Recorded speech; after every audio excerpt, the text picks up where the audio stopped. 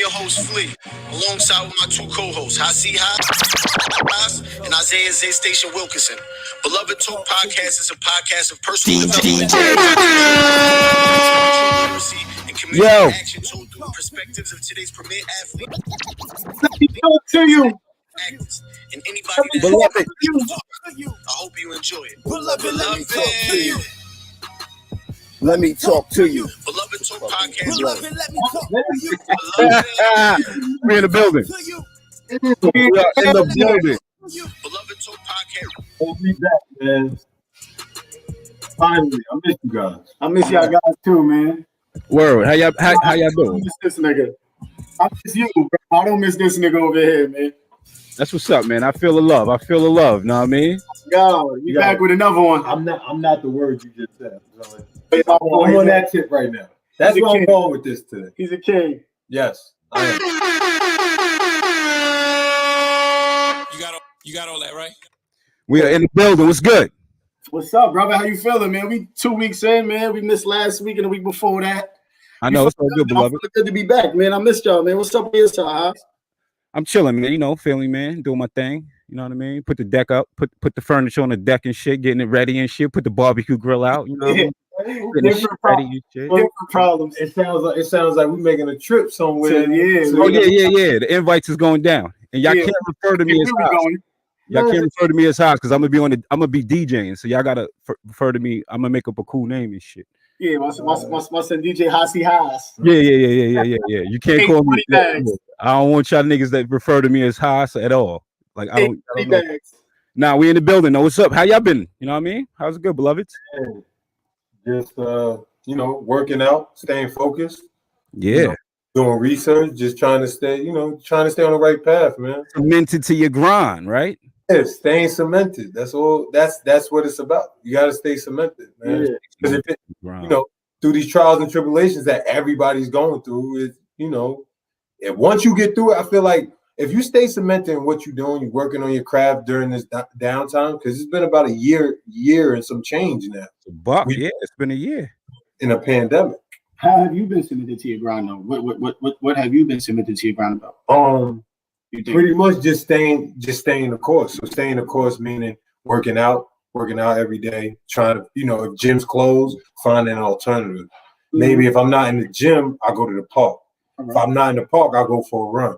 No matter what, mentally, if I take a day off, mentally you do something to keep yourself locked in. Yeah. Whether it's reading a book, it don't have to be about the craft you do. It could be about something else. And it just keeps you locked in at all times. You know what I mean? All around though, like with life, not even with basketball. Have you been cemented in your ground, like focused up? And so absolutely. So like when you say, because for our followers, everybody like let them know, like, because this is our first time. Even though shouts to Mack Wilds, we got him coming in the building, but we're going to take this first hour, 30 minutes to introduce ourselves. A lot of followers and our fans and our subscribers don't know that you are an overseas basketball player, So how have you been cemented in your grind about overseas basketball player, getting right back on track about real life, because you've been overseas since 18, 19, 20. So how have you been getting back to your real life and like putting in your mind, like I might not go back, I might go back. How are you cemented in your ground with that? So family wise, basketball wise. So the first thing I did was so I came home in November. So when I got home in November, I realized that things aren't going to be the same in terms of going right back or staying in a place for a long period of time. Yeah. So the first thing I did was, all right, financially, what can I do to set myself up where maybe I'm making the smartest decision. So I did that. Ways I did that was, talk to a few people about gyms. I don't got to, see where I could work out at. See, I could talk to my trainer to see maybe what he could do for me. You know what I mean? Because as a basketball player, especially overseas, what people don't understand is that we get paid in a certain amount of time. After that time is done, you don't see another check until you get the next contract. Okay. So now me being, now it's March. I've been done since November. You got to start making smarter decisions.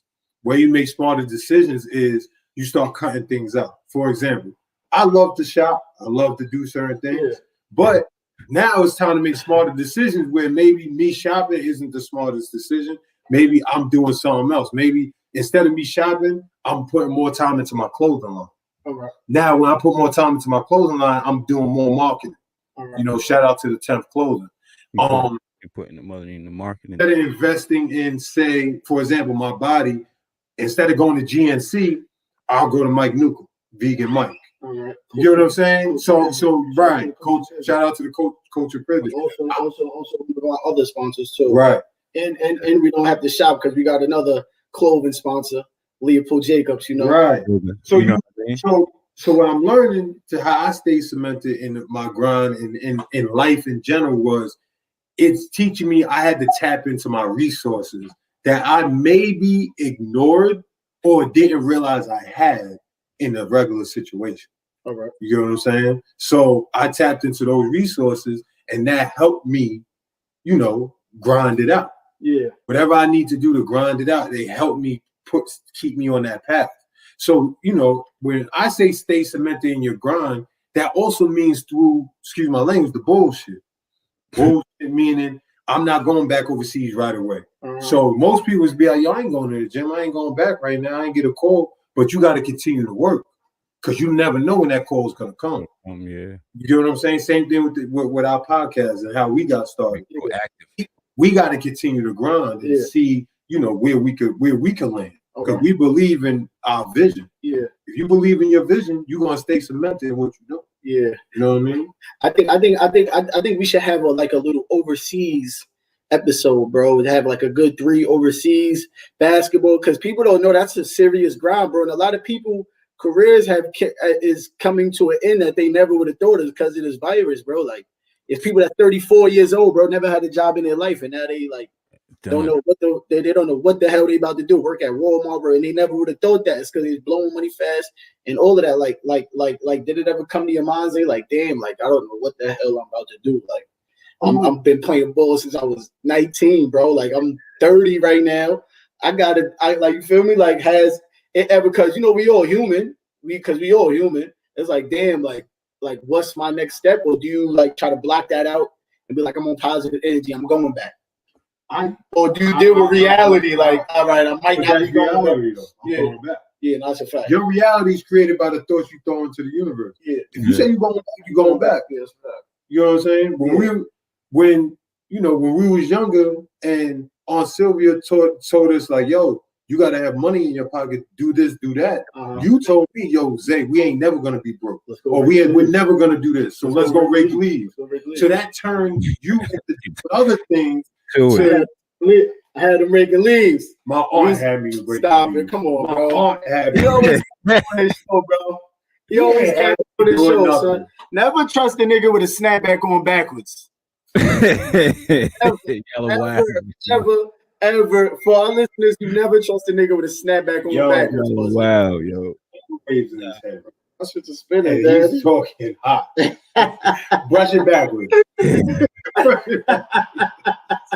Brush it backwards. Exactly. Oh shit, yo, exactly. Man, it feels good to be back, man. Yeah, it feels good to be back, man. The grind is just different. It's a different grind, you know. Than it's not all glitz and glamour all the time. But even at NBA D League for 2 years, and then I went to Mexico after college. All right. So, like, you know, who's the first person to bust your ass, though? The first person to bust your ass? First person who's like, damn, I got to go back to the gym tomorrow. Yo. The first person ever, college, high school, overseas. Who's the first person? I can't remember high school. All right, so who's the first? High school. Nobody. Pro? From college to pro, the first person like, God damn, he bust my ass. I'm not talking about like I'm not gonna say he bust my ass, but when I can say like, yo, he locked me up. So no, like, I'm talking. No, I'm about to tell you. I'm talking like locked me up. Like he just like, yo, I would turn my back. You know, when you bring up the ball, you turn your back and you run the play. Yo, he would lean on me and I couldn't go nowhere. Was Jarrell McNeil. He played at Marquette. He played very good player. He played in the NBA D League. Yo, locked my first rookie year, locked me up. D League or overseas? In D League, locked me up. How many points you had that game? I didn't play that much. They kicked him out the D League, man. They made him go to the Virginia Squires. They told him get the fuck up out of here. They told him get up out of here, Haas. Go to fucking Virginia Squires. Yo, Haas. Go fucking play. Yo, y'all niggas is crazy. Haas. You got to bring some of those guys through on the podcast. He tried Haas. They told him go play with the Staten Island Ferry, Haas. They said get out of here. Go play Cromwell. Get it? The graveyard. They used to call it the graveyard. Oh, Eddie, shout out to Eddie. Rest in peace to the late great Eddie Watt. He used to call it the graveyard of Staten Island. That's a fact. What, Cromwell? Cromwell was a Cromwell. But Cromwell, even though it was dope, he was like, yo, you don't want to be, you don't want to leave your high school career or leave to go to college and then end up back in Cromwell 15, 20 years later, just ain't doing, just hooping. And it's crazy because Cromwell not even there no more. No, it's like apartments, right, or something like that. It's nothing. Shit is in the Hudson, bro. It's crazy. I haven't drove past down that way.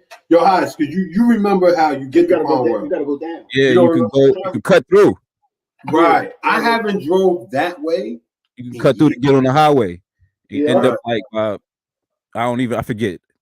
What was it? Willowbrook or something like that? No, that shit is Wadsworth. I mean, like you could cut around hit the back and come around. Thomasville train station. Yeah. Right back there, bro.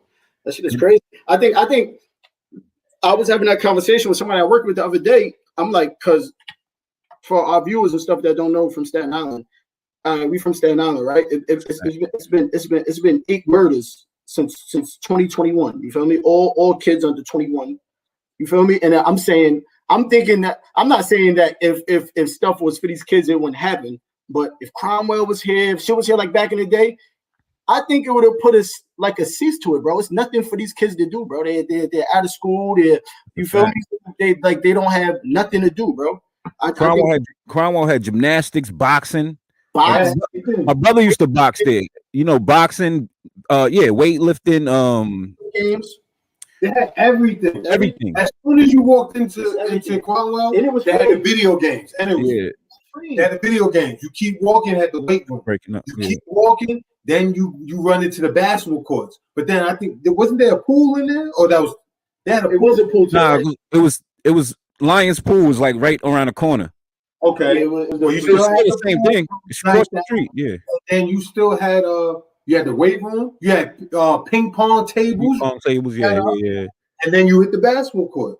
And then the first court was sometimes they usually ran tournaments on the first 2 courts. The first 2 courts was the housing tournaments. It was either housing or parks department tournaments. Yeah, those tournaments were split. That's housing. Housing is housing, I believe. No, parks is housing. You sure? Parks housing. Parks is projects. That's the park department. Housing. We gotta look that up. I think it is. We gotta look that up. The Berries?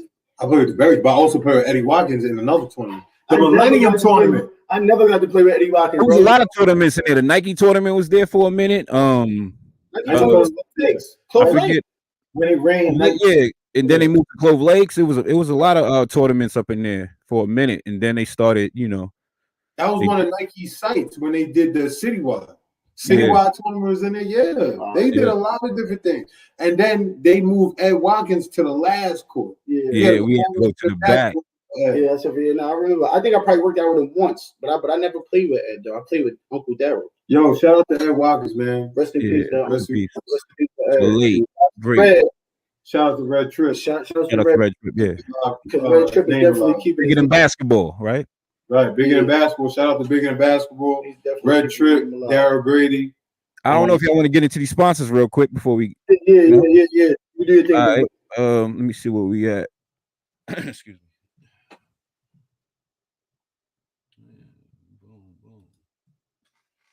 Well, we got a sponsor, Leopold Jacobs 1983, a lifestyle brand for your upwardly mobile business professional. Hit the website.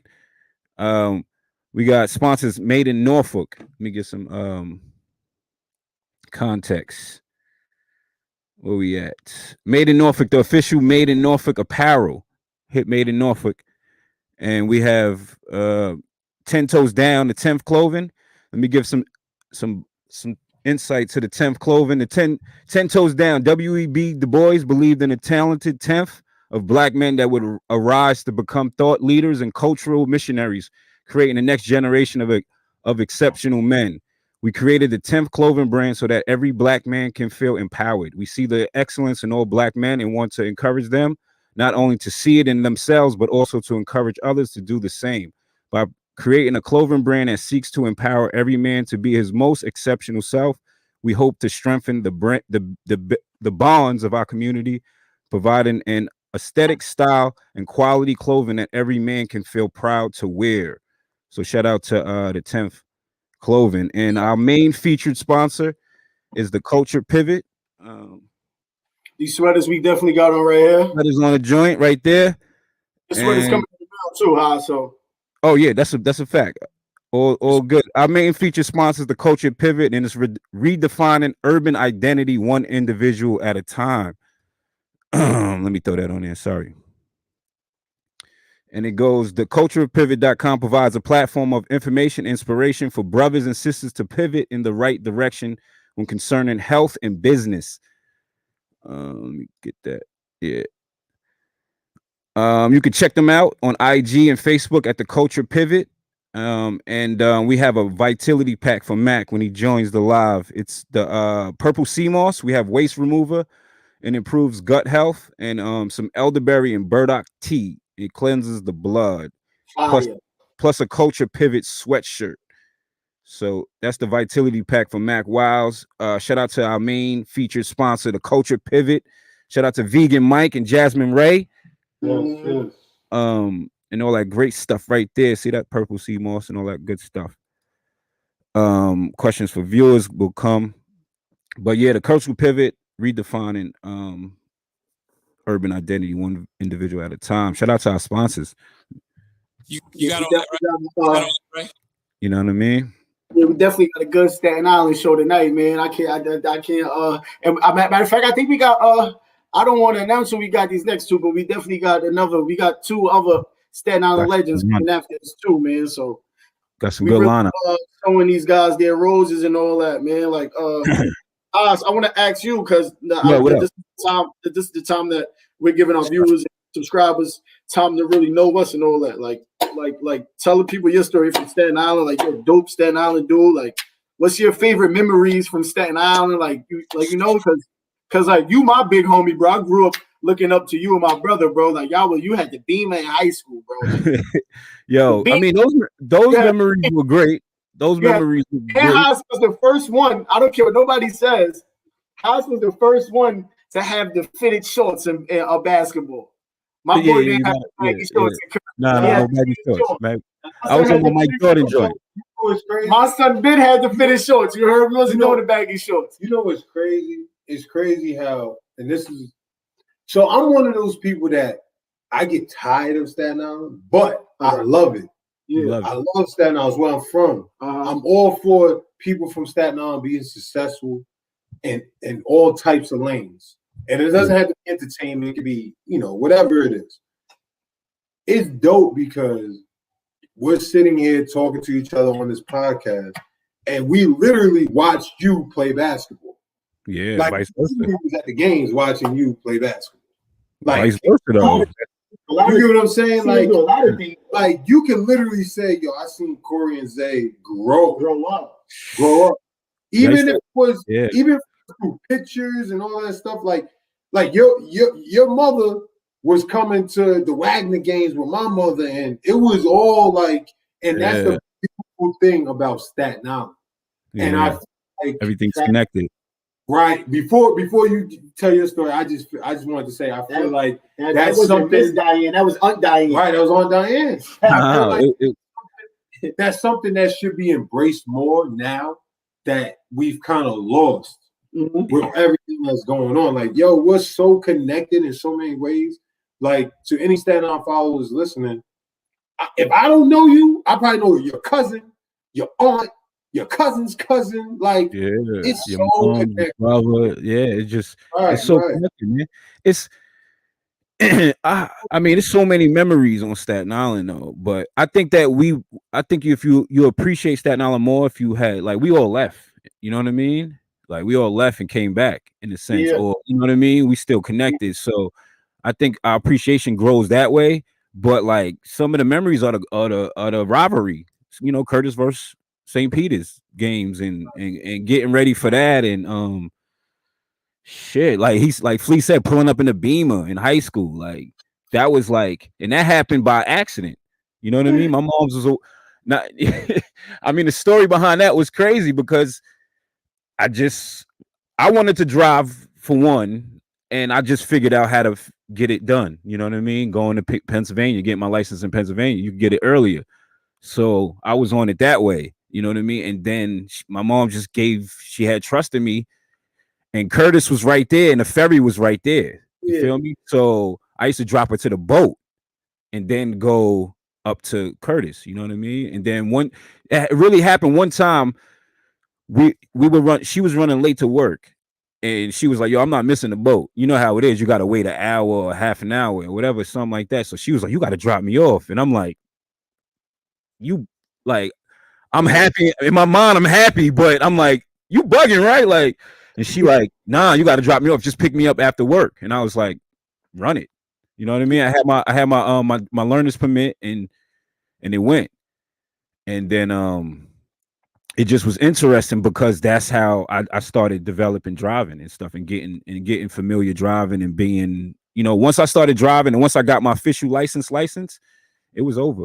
I was everywhere. I wanted to go everywhere. Like, so those moments are great because with Moto, Moto he was wild. Moto was just the same. Like when Moto was taking the Lex drop top. He was wild. Yeah, he was taking the Lex. I remember, we had a show in Brooklyn, a rooftop joint.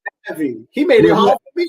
Yeah, we had a this is crazy. We had the rooftop show in Brooklyn, and it was a bunch of us going, and we was like, "Yo, how we all gonna fit?" So your pops and your moms let Moto take the Navi and the Lex truck to BK. Bro, we was out, yo. We was out, and I mean. They don't know. Hold on, Haas. They don't know how they probably thinking that's like this is what 2000. This is 1998, 1999. 1999, and we're talking about the silver Lex bubble. Yeah, exactly. We're not talking about a regular Lex. No, we're talking about the silver Lex bubble. It was. What's that? The 430. That was the 430 drop silver. Oh my God! My dad and Method Man was the only person that had that on the island, and my got that just because Method Man pulled up at the hut that day. I feel me, like I'm going real Staten Island with y'all. If y'all never got a haircut at Haircut Hut, I really don't got no Staten Island talk for y'all. Yeah, but so Meth pulled up with the 430. My dad got that shit the next day. I promise you, my dad got the 430 Lex the next day, and I'm like. That shit pulled up to my crib. I'm like, what the fuck? It was the silver Lex, the boat. That shit looking like a Porsche. It was those times like to this day. So imagine how it looked in 1999 with the red seats. It had the red seats. Yeah, our times. I think our times like those times like built our like love for hip hop, love for what we doing now. It kind of, you know, to me. You know, like those times, and we had a good support system to help us. Like they didn't have to give us these let us hold these nice cars to go up to our shows and do all of this hip hop stuff. Like we was going to Brooklyn, like as Staten Islanders. You know what I mean? So those memories, like Staten Island robberies, Wu-Tang. You know, having Wu-Tang being a major influence and a major part of our upbringing. I don't know, man. Stuff like that, man. Like what we doing now, it all ties in. So when the nigga Matt come on, put that in your shirt. Yeah. Yeah, nah, that's a fire. That shit different, bro. So those moments were classic. You know, that's Staten Island, man. Staten Island is real ill, bro. The parks, the big park, Mahoney Park, the games in the summertime. And what people don't understand about Mahoney Park, we go back in time, like when my pops was playing. Yo, there was a lot of good ball players that came into Mahoney Park. Like what? I think my pop said Dr. Jake. A lot of NBA players Are you came. talking about like they used to come down? They used to come down. Who? I mean, I Like, can see Dr. J. the city's right. I mean, the ferry's right there. You know, Right. so Earl no, Manigault. no. That's the Walt Frazier. Walt Frazier came. I believe Walt Frazier probably definitely came through. Walt Frazier came through. Pearl Washington, that played at Syracuse, came through. He said a lot of good ball players came through Mahoney Park to hoop. It was a tough crowd. That was a tough park. And Nah, even that's tough. That's a tough park to hoop in. Especially when you played against New Brighton. Especially tough. They had the home court advantage. Say it again. Staten Island, who got the best basketball player As a whole? I think New Brighton. With New Brighton. I think New Brighton got to have the best. New Brighton. Neighborhood, yeah. Consistently, yeah, you can say that. Consistent. I mean, they had, rest in peace, Sandy Brock. Or Sandra Franks. Originally from the town, though. Say it again. Sandy Brock's originally from Stapleton. But he's a New Brighton kid. I mean, he went to. You think of Sandy Brock, you think New Brighton. Yeah, you think Curtis New Brighton. Yeah. I never seen him play, son. I just remember my dad and Uncle Daryl picking him up. I never seen Sandy Brock play. You got to see some. And Curtis. Live? I mean, I saw him live. Definitely, I saw him in Mahoney Park growing up. Like, you know what I mean. We saw him as. It's different though, like because we didn't. Hold on. Before you talk about what you seen, just give the viewers a backstory. Who is Sandy Brock? Like, who you talking about? Sandy Brock is a Staten Island legend from New Brighton. He's one of the premier athletes that came out of a product of New Brighton. He played for Curtis High School, a shooting guard, ragamuffin. Yeah, though. Huh? 1 year. He played 1 year. Yeah, 1 year. He's just a phenomenon. He's a Staten Island hope. He was Staten Island hope. He still is. And unfortunately, he had an unfortunate situation where he was murdered. Unfortunately, and it ended his career. It ended his, it ended a lot of people's dreams in Staten Island because he inspired so many people. So Sandy Brock is just like premier. And there's so many other players though from Staten Island but New Brighton got to be the top. Top. A lot of You give Sandy the number one spot. Say it again. Brighton? No, out of the whole Staten Island.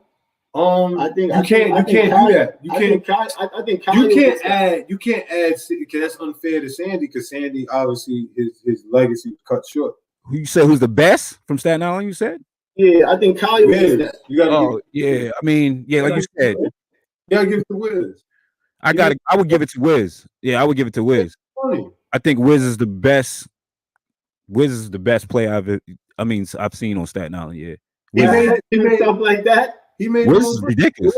But real quick, going back to Sandy Brock, we used to be in the Curtis gym. I mean, in our office, whatever, the locker rooms, and going through the tapes that Coach Gannon had and finding the Sandy just to watch Sandy play. You know what I mean? Like that's how crazy it was. So I definitely seen him. It's just. I mean, ask Coach Gannon. He'll probably pull up some tapes for you and bring them out so you can watch them. Was in school when he was in school? No. I was probably like in 5th grade. Sixth grade, probably when if that, maybe. I don't know if I'm doing the math right. Sandy was tough from what I've seen on video. Yeah, but back to my bad, but back to the other question you were saying. As far as the best player, I don't know. Wiz. I would go with Wiz. You say Wiz. I say Wiz because Wiz made the most money on the highest level overseas. His body of work is legit. You know what I mean? He's a good player. Even me playing overseas currently, I say Wiz because he did it at another level. Not saying there's not players out there that can play on his level. He just got the opportunity and he made the most of it. Yeah. So if somebody makes the most of their opportunity, you got to give them, you got to give them that respect. Yeah. You got to. What school was went to? Peters? You went to Peters. Yeah. But then again, you got Hossie right now. Shout out to Hassan Martin. You got Hossie right now playing for Olympiacos in the EuroLeague. Yeah. you know, and doing this thing. Yeah, before got speedy recovery to Hossie. Before he got injured, he was leading field goal percentage in the whole EuroLeague. I think everybody will have it's objective, subject, whatever you want to say. Right. It's preference based, and definitely it's like error too. You know what I mean? Like, right. Some people still consider like some of the older players that came before us. You know what I mean? Right. To play, to be probably more premier, but. Like I asked my pops who the best big man to play on Staten Island. Mm-hmm. He said John Ingles. I think Jeff McMillan. You say Jeff McMillan. He said John Ingles. John Ingles. He was telling how John Ingles was a monster. Like he was just big, strong. You don't got Nigel up did there? the right thing. Me? Nigel was up there. Nigel was good, but Jeff was no disrespect to Nigel, because Nigel carried Curtis on his back. Absolutely. Yeah. Shout out to Nigel. He carried us, but absolutely. He was the heart. But Jeff McMillan he's the first person I've seen. Like, when we used to go to games, you'd be like, dunk it, dunk it, dunk it. You never had to say that because he's getting a dunk. Almost every play. I'm talking drop step. Boom. He brought a lot of excitement too. He went to USC. Yeah. He was a beast. From here, Staten Island? Yeah. No, shout out to Jeff McMillan. Yeah, shout out to Jeff McMillan. How long ago? Yo, he was on Curtis. I think it was him, Angel, Nigel. They were stacked. We had Did you go first? Yeah, that was Red Trip and Jeff. They were stacked that year. They had Rocky, they had Terry. And the thing about it, Sandra wasn't even there. And Sandra was nice. He's probably I mean, that's what I'm saying. How about if things didn't take a turn for Sandra to me would be better than Wills. He's in the league. I'm not gonna say he would have went to the league too. I think Sandra would have went to the league too if things didn't turn. He's real small. He's small, so him going to the league is objective. He definitely, but he was so fast. On a high level in college. He was so fast. Yeah. I mean, we got to do a good Staten Island episode, man. A good Staten Island history episode, like the top 3 basketball players. I mean, then you start talking to ladies though, like Zeta and Tiff, and Ayana, like Carla, Nikki, huh? Carla was nice too, right? Carla, she went to Curtis. Yeah, Carla went to Curtis. Big. Yeah, she was the big man. The big woman. Talia was nice. Talia, see the name, yeah. Yeah. Who else? You had the girls from St. Peter's. St. Peter's girls was running the championships for like 10 years straight. Like they were stacked. So Staten Island got some players. Candace, who else was over there? What's the girl's name that went to Moore? Megan Mahoney. She went to Moore. Yeah. She was tough. Yeah, Mahoney was tough. She was tough. Shout out to them. What about this vaccine, bro? You gonna fuck with this vaccine, man? Yeah. Where are you? Where are you gonna take it? Oh, there you go. We live, baby. Yo. You just caught us in mid convo, broski. Yo. Yo. What's good? What's up, my boy? What's poppin'?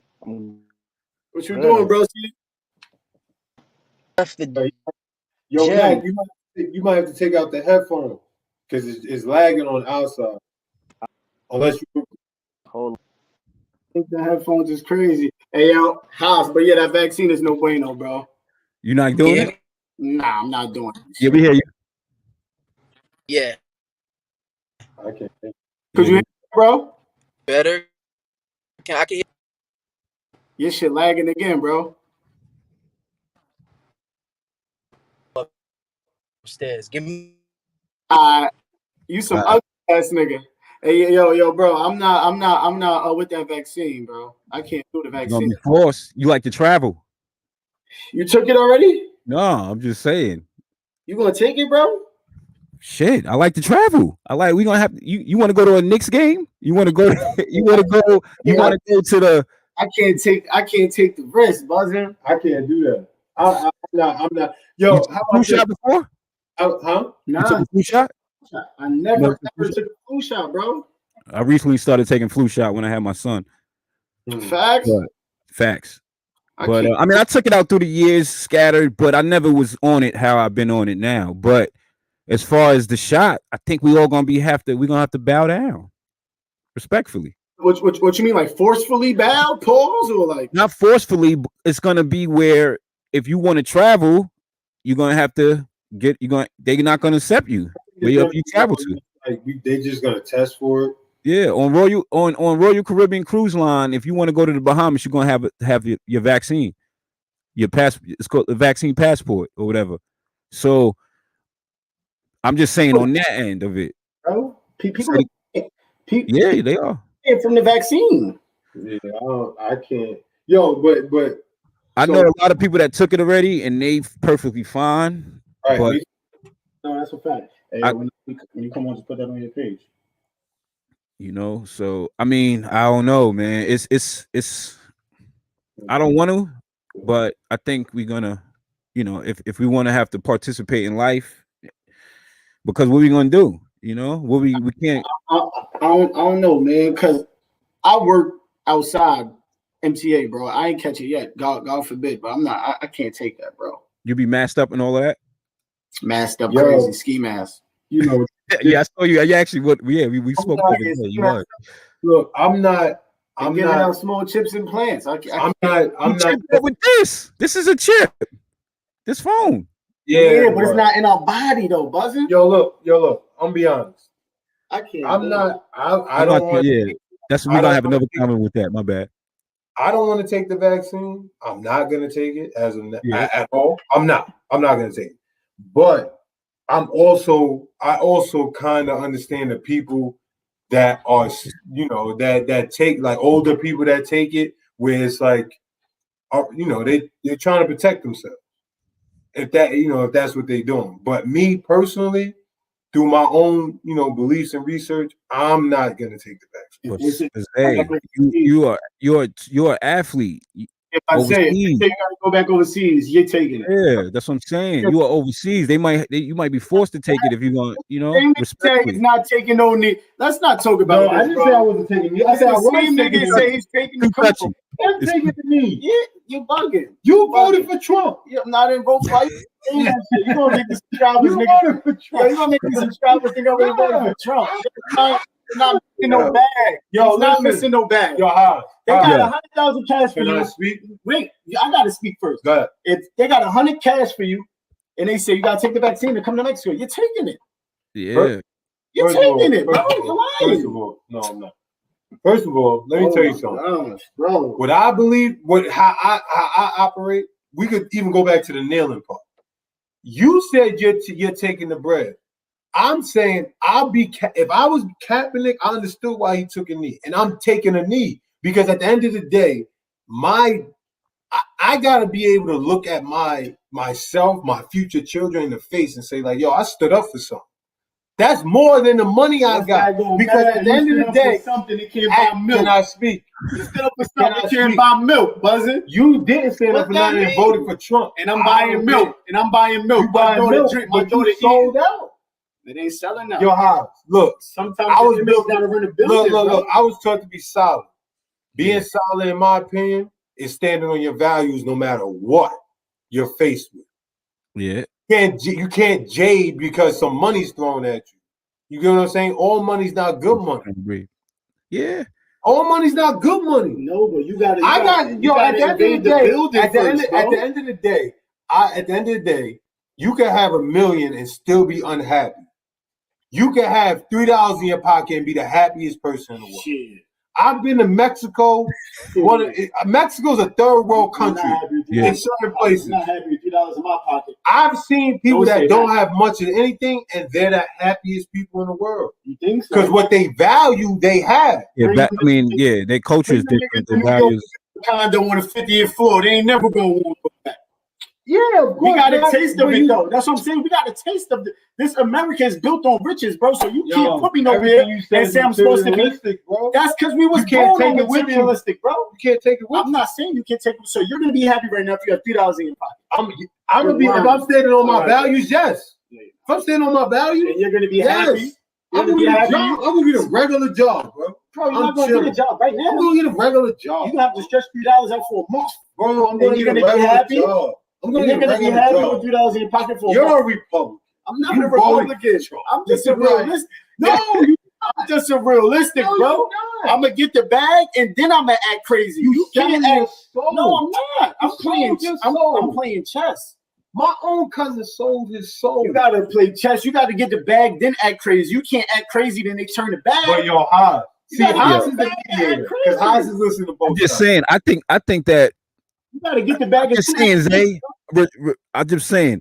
I think that if you play overseas, I think that's going to be a thing you're really going to have to consider, and not trying to be whatever, because it's it's something serious to think about, and I think Flea is just being real, he's like you can't, like Hove and like LeBron, like they in position to do whatever the heck they want, in a sense, because they secured that bag, like, and they could, but so bro, but thank God I'm in position to say I can say that, y'all. Yeah, I believe it. I'm good. Like I can say that because I know my plan. I know my plan. What my plan was before the vaccine. Yeah, that's why I'm able to say, if they say, "Yo, you got to do this, you got to do that." Nah, because that's not how. Put a kid in the mix. That's not how I was coming through. I don't have a kid to put in the mix. So if you got a kid, family, you put it out yourself because it's me. This is my mindset. You know what I'm saying, Haas? I never said when I first stated about the vaccine, I never said people should follow what I do. Yeah. I said if that's your situation and you decide to go do that, that's what you decide to go do. That's you. You're gonna make the best decision for you. Mm-hmm. I'm gonna make the best decision for me. Exactly. Whether we have differences in beliefs, whether we have differences in situations, we in the same situation, whatever it is, I got to do what's best for me. Yeah. For me, at the moment in time where I'm cemented and in this seat, I'm not doing that. Like did you see that they already got like vaccinated sections in the arenas? Yeah. I seen all that. I didn't see that. Yeah, like it's getting real. Like they got arenas. I mean, they got designated areas in arenas. Even on I think I read when you board the flight, they got like, how they got the, the first class, they have, you got the clear or you got, whatever. And it's the same thing. They have a line for vaccinated individuals. Like, so I don't know. It's something to think about. They involved and they say, I can't come back to work. I got to take it, bro. I got to take it. Wife, you need a bag. My daughter needs shoes. I got to take it. You and I looking at it. You and I gonna look at it differently because we got children, we got a family. My daughter in private school, bro. That costs bands a month. A lot of money. Like I'm not doing. You feel me? I have to do that. It's a different situation than what I'm faced with. Yeah, you're different. Yeah, I'm different. I'm in a different situation. If I had a kid, and where there's a will, there's a way. Yeah. Obviously, I'm not gonna let my kids starve, but I can't sit here and say once they say take the vaccine, I'm gonna do this and take it like I'm some type of robot or slave. Oh no, you got to do your There's certain things that like there has to be. There's so much that goes into that. It's a lot. It's a layered conversation. Yeah. You get what I'm saying? And for me, Isaiah Wilkinson, I'm gonna see myself doing that. Yeah, because my thing is this. My bad, Haas. My thing is this. They don't make you take the flu vaccine overseas. They don't make you take vaccines overseas. Now you want me to take this COVID vaccine. Granted, I understand what's going on, and and it has hit home for me you know, I won't go into detail, but it has hit home for me. But Okay. I understand what's going on, but you're not gonna sit there and turn around and make me do something when you haven't made me do something before. And studies show that the flu and all has killed more. Maybe not now, but you know, it has done damage too. Yeah, the research it says a lot. It's revealing. It says a lot. it's interesting, man. This whole thing. Yeah, it's sad because you know it's affected us so much.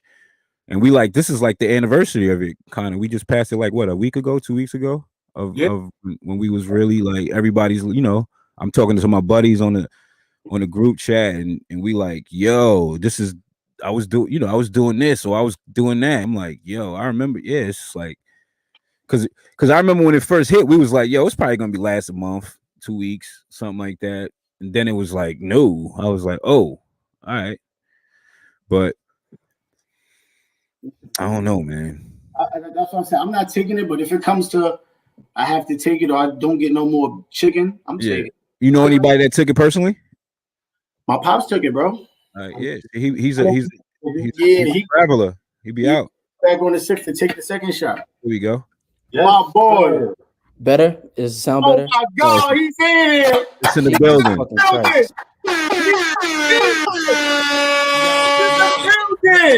You got all that, right? Yeah, we're in the building. What's up, baby? What's banging, y'all? How's it going? We've been trying to get you for 2 weeks, baby. Facts, man. Y'all caught a nigga when he was on vacation first, baby face and all of that, you know? That's good. That's good. What's up, though, bro? How you feeling? Before we start, I just want to, before we start, you know, we like to give roses, just like we gave my boy Leroy on the first episode, the second one, just like we was doing last time before your shit froze. We want to give you your roses, Mac. You Grammy nominated, one of the best TV shows ever you was in, one of the craziest videos ever you was in. Yeah, like your face is known all around the world. You're from Staten Island, bro. You put on everywhere you go. You come back to your neighborhood. You throw basketball events that you don't even post on the gram to let everybody even know, because that's just what you do. You don't do it for the gram. You feel me? Like you put on for your neighborhood, bro. And I know you personally, and I see the shit that you do personally for people that you don't even like glamorize, because that's how you was raised. Like I'm not putting this on the gram. I'm not like, yo, bro, you a real one. I want you to know if this was your last interview ever, bro, you're really a real one. You're the face of Staten Island for real, because you're the last one from Staten Island that got nominated for a Grammy. If you want to keep it 100, can you drop a bomb? Can you drop a bomb? Yeah. My God. Yeah.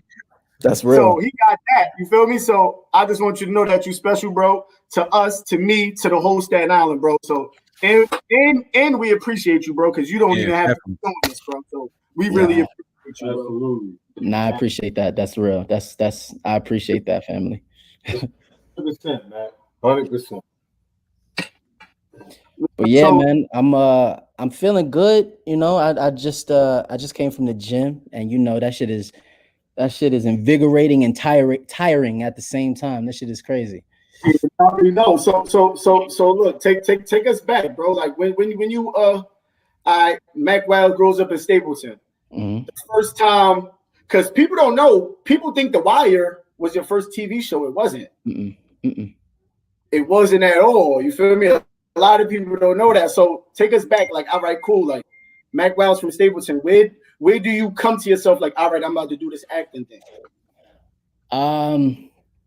I don't know how good my I hope my Wi-Fi is good today, but so the story starts low key. The story starts with Nev, right? My older brother. His name, for anybody who don't know, my older brother's name is Nev.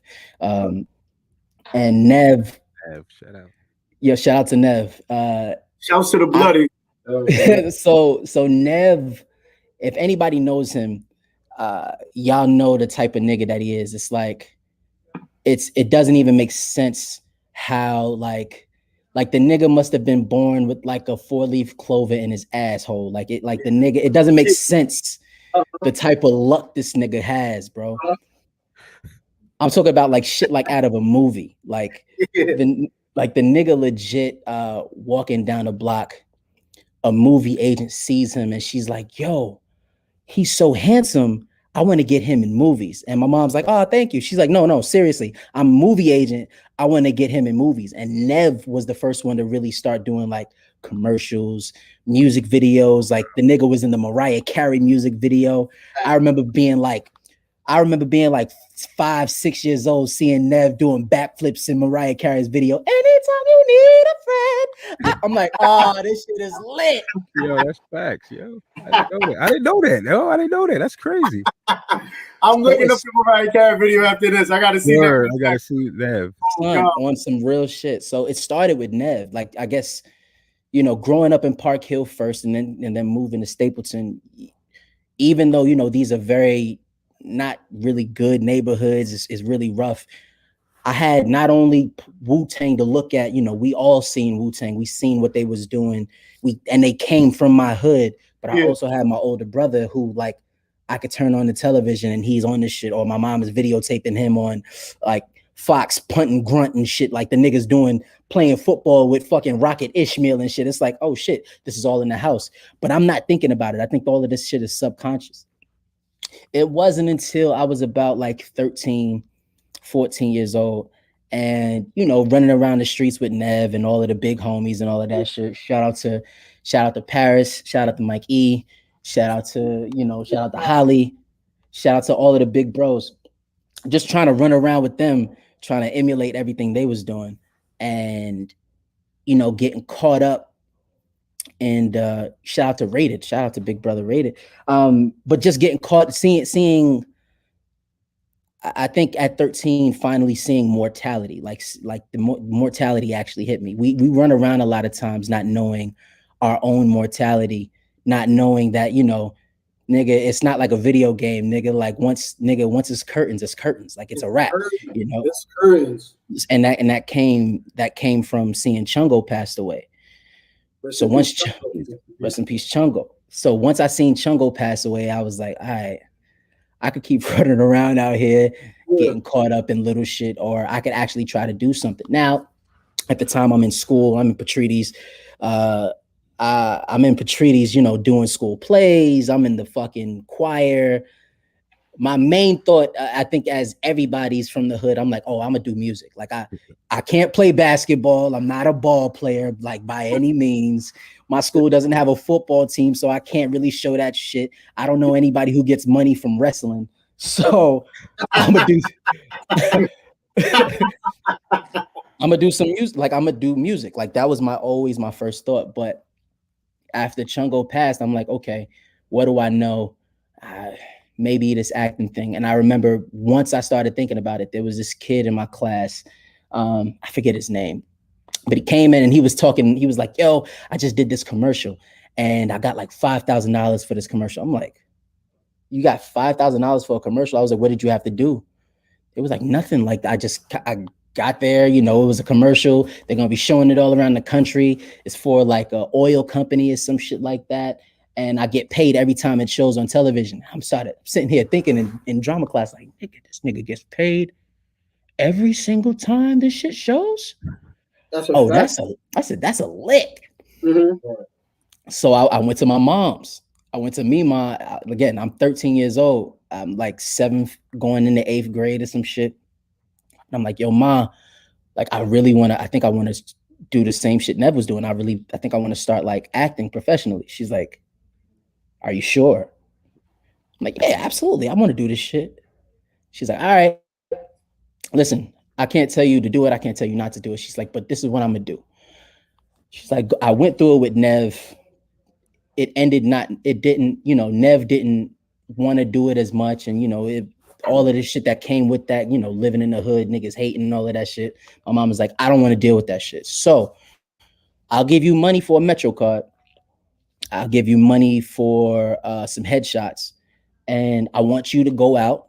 You go into the city. You're old enough to get on a ferry, get on a train.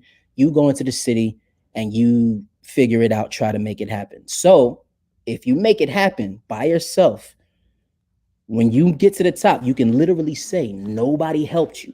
She said, but If you fail, there's nobody that you can blame but yourself. Are you willing to do that? I said, yeah, give me the money. I'm out. I'm out. Right, right. I'm getting it. Yeah. Yeah, son, the rest was history. Like I just started looking for, I started looking for different auditions. There was like this newspaper back in the day. It's online now, but there was this newspaper back in the day called Backstage, and like it would show you like upcoming auditions. It would show you like if any management companies are looking for actors or whatever. And as I was looking, always, it's like it's that thing like that God always puts in front of you, right? Like if you're looking for something hard enough, you'll find it. So my mom was the one who actually was like, yo, I was at work, I saw this little paper. It's this management company that's looking for young actors, and they were doing like an open casting call in Times Square at the McDonald's in Times Square. I'm like, all right, yeah, it sounds good. Like, what do we have to lose? Went out to it, nigga. There's like 5,000 kids. I was about to say that. Nigga, the shit was ramsacked with kids, with their parents rehearsing lines, every kid dressed up, whatever. I'm like, oh shit, how the fuck am I gonna stand out? Whatever. Finally, get to the front, do my little lines. I don't know what made them like me or whatever, but nigga, that's been the agency and the management that I've been rocking with since I started. Like I'm still with them. And you went to Dolo too, right? Huh? And you went to Dolo, right? To the audition with the Dolo. Mm-hmm. Yeah, that's crazy, bro. That's crazy. So all right, so cool. After that, boom. Where does The Wire come in at? So after I did Miracles Bois first, and that was the first time that I met Julito. Me and Julito got on set. We were cool. That's my nigga. Shout out to Julito. Did Miracles Bois, and I was doing like little I was trying to do like little commercials here. Did some extra work on like a couple of soap operas.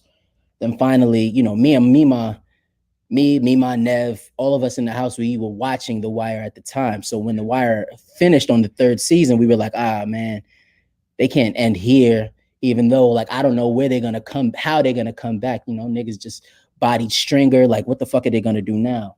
Yeah. A year later, they come around and they're like, yo, we're doing auditions for kids. And I'm like, oh shit, I don't know how they're going to top the season. So I'm really like, I'm going into the audition like, what, let's see what happens. They were auditioning kids from New York, from LA, from what I heard, from New York, from LA, from like the Maryland area, and in London. And yeah, I think, after auditioning a few times, and the funny story, I auditioned the first time for Randy. Oh, yeah, nah. So the first time that I auditioned for Randy, and I actually got really far with that shit. Like I did like 2-3 auditions for Randy, then finally got in front of the producers, and the producers, they were like, cool, thank you. They sent me home and they were like, yo, I don't think he doesn't look like Randy. Like his stature, he's not going to be the kid that kind of gets bullied or anything. Mm-hmm. So they were like, all right, let's call him back in. Let's try him for another role. And they tried, it wasn't even like another couple of auditions. Like they sent me for the last audition for this character. So it's like the first time that I seen it. And I go out to Baltimore and I'm auditioning for the first time, but Julito's there. And they want me to audition with Julito. And I'm like, oh shit, bro, like you here too? He's like, yeah, bro, I think I already got the role and shit. But like, yo, I'm gonna make sure I got you, my nigga. I'm like, all right. So we get in a room and, the first time that me and Julito do it, it's cool, but it's not like amazing. So one of the producers pulls me out of the room and he's like, I'm going to tell you something that I want you to carry with you for the rest of your life. And I was like, what's that? He said, less is more. He said, a lot of times we get into these situations, whether it's acting or in life or whatever, we tend to kind of think we have to do the most. and you don't. He's like, really just take it real chill. Less is more. And I was like, all right, I guess. And I went back in there, and I when I tell you, I felt like I didn't do anything. I felt like I just stood there and watched Julito run around and do his lines and all of that stuff. And I was just sitting there hitting with my like 1, 2, 3 lines or whatever. And it was just like, whatever. And I thought like, they, you know, they're not gonna fuck with me. There's nothing I even showed them, nigga. That was it. That was exactly it, nigga. They called me maybe like the next week and pulled me out of school. But nigga, like beginning of sophomore year, I was out of school until the very end of senior year. Yeah, no, that's a fact. That's a fact. So like, all right, cool. So like, all right, so when you leave the audition, you know, we from Staten Island. So for the viewers and all that, because you know we Staten, man. We like been up for 2 weeks already. We got like 400 followers. We got 40 subscribers. We up. Yeah, we get that shit up. So like for the people that's watching and all that, Staten Island is really like a good place. You feel me? But it's a dark place at that. You feel me? Like where a lot of people don't make it out this motherfucker. You know, like we start to realize that in high school. You know, like we start to realize, all right, we not making it out this motherfucker. Low key, a lot of niggas make up their mind about that shit even before that, nigga. I remember, nigga, once niggas are in IS 49, niggas was on some like, all right. I'm from Here's Lit. Yeah. I'm from Here's Lit. So like, all right, so like it's so like a lot of people realize that. So like, all right, so you leave the audition. And knowing you, people just think you're singing Mac, acting Mac. They don't know that you're actually like that. You feel me? And you come from people that's around and it's like that. Like this is probably the year like 2 undercover cops just got killed in your neighborhood. And the people that did that was, we not gonna talk about it, but you know, yeah. You feel me? So it's like when you leave that audition, do you feel like fuck? What am I gonna like fuck? Or do you feel like what's your thoughts going? Like what's your process going? Like fuck, bro. Like, you know what's crazy? At me talking about doing less. Fuck it. I'm from the town now. Fuck Patrides and all that. Cause you're still going to Patrides too. Patrides is all right. I still got a chance. Like, are you veering out? Like, fuck this Patrides shit, or you still? Like, I think my main thought was, again, because of where I was already making up my mind to do this shit. I think the mindset of being where we were from gave me more of a well, fuck it, like whether if it works, it works, if it doesn't, it doesn't mindset. You know, I didn't harp on it as much. It was really like, all right, nigga, like if I don't get it, then nigga, it's not like it's gonna, not getting it is gonna put me anywhere worse than Stapleton. Like nigga, I'm here already, nigga. Like it's so like I literally go into, at the time I went into every audition with no nervousness, no nothing, because it's like at the end of the day, what's the worst thing a nigga could do to me? Like I was going like, because of where I'm from, I have a certain mindset that like, nigga, this audition isn't gonna, like, of course I'm nervous. Of course, you know, you want to get the role. Of course you have all of those mentalities, but nigga, I still gotta go home, nigga. Like I had, you know, I guess I could talk about it, you know, statutes of limitation and shit, and that's not, like nobody gonna catch me now, but like nigga, like I had, no, I'm just saying, like nigga, I'm in auditions, two-tone strapping in the book bag on some like, all right, I gotta go back to Stapleton, like, and I don't know any of these niggas in this city, so I wish a nigga would, like, that's my mindset. Like I'm more worried about what happens after I get out of the room than what was going on in the room. That shit was really like a field trip to you. Yeah, it's like, all right, I got an opportunity to fucking get out for a second, you know, to do something other than go in front of the building. Niggas be chilling in front of the building, or after school be standing under the joint in front, like down by Curtis. Like, you know, like I got there's a bunch of like I have something else to do, whether it's just for one day or not. It's like cool. But I still got to be on point. I still got to be 050 because I don't know anybody from the city. Yeah, exactly. And yo, Matt, it's funny because I remember we was seniors in high school. We was taking the SAT, and it was me, you, and Marcel. Now it's funny because you walked in the room, and I'm whooping. I think I'm nice. I think I'm one of and then you walk in, and I'm like, man, why this nigga? Word. Why are you here? Like, Dimming my light. You dimming my light. You know what I'm saying? You got the girls in here low key. I've been trying for a year. Now, Matt, nah, so you come in, and what made me respect your grind completely, and I never questioned any move I've seen from the outside, was when you pulled out a poetry book. You pulled out the poetry book and you started writing things down. I don't know what you wrote, never asked. But Marcel made fun of you. He was like, yo, you got a poetry book? And I didn't think that was funny because I kind of seen where your grind was going. Mm-hmm. You know what I mean? And this week I made a statement called "Stay Cemented in Your Grind," and I seen how you were staying cemented in your grind. But my question to you is, when did you know that poetry book was gonna make you grow past Michael Lee on the show The Wire? You get what I'm saying? Like, yeah.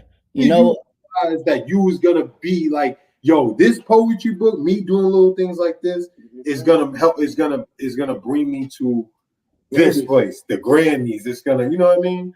The craziest shit about it's so funny.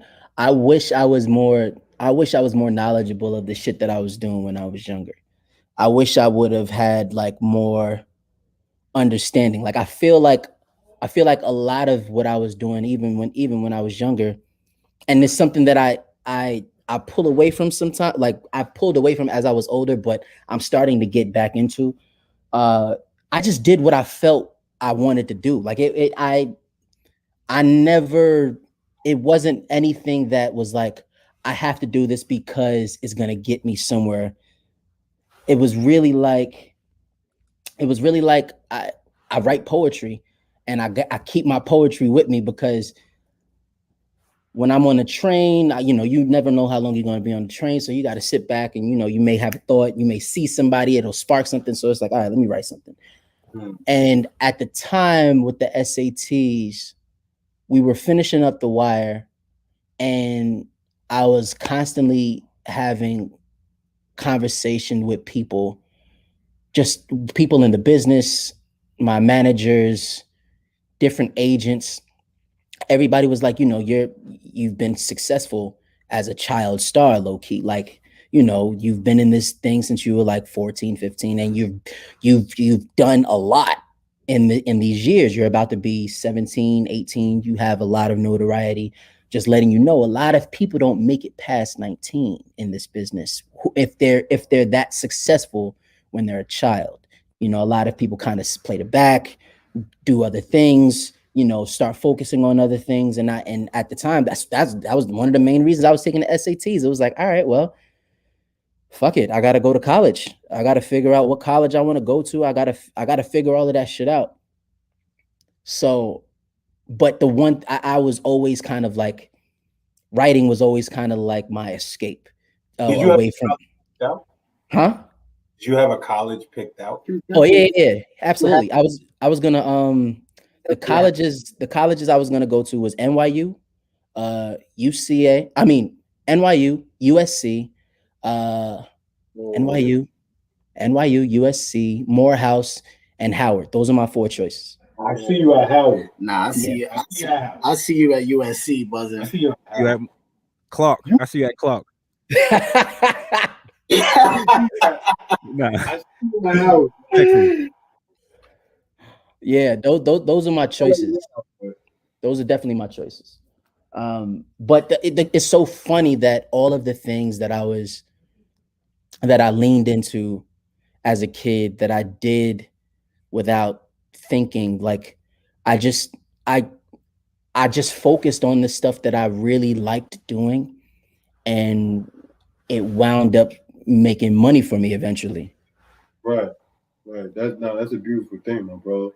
And That's just a beautiful thing. Yeah. Hey Mac, being that you said that you've tapped into your talent, you know, your what you like to do with just being free. And I don't want to jump, but you tapped into music, and Mhm. I've been a fan since the Remember joint. You know what I'm Yes, saying? sir. Like, Yes, so can you talk about that? Because like that project was like an EP, or was it? Yeah, it was Yeah. an EP. So like Green Light was on that joint, and there was Mhm. I forget what the other joint was, but it was a vibe on there. So Yeah. when it got into the New York love story joint, I was like, oh, this is crazy. But can you talk about the first project? Remember if that's the first project? Yeah, no, it was you know, I've done a bunch of songs before that, but Remember was like the first project. And I was doing 90210 at the time. And also when I moved out to LA,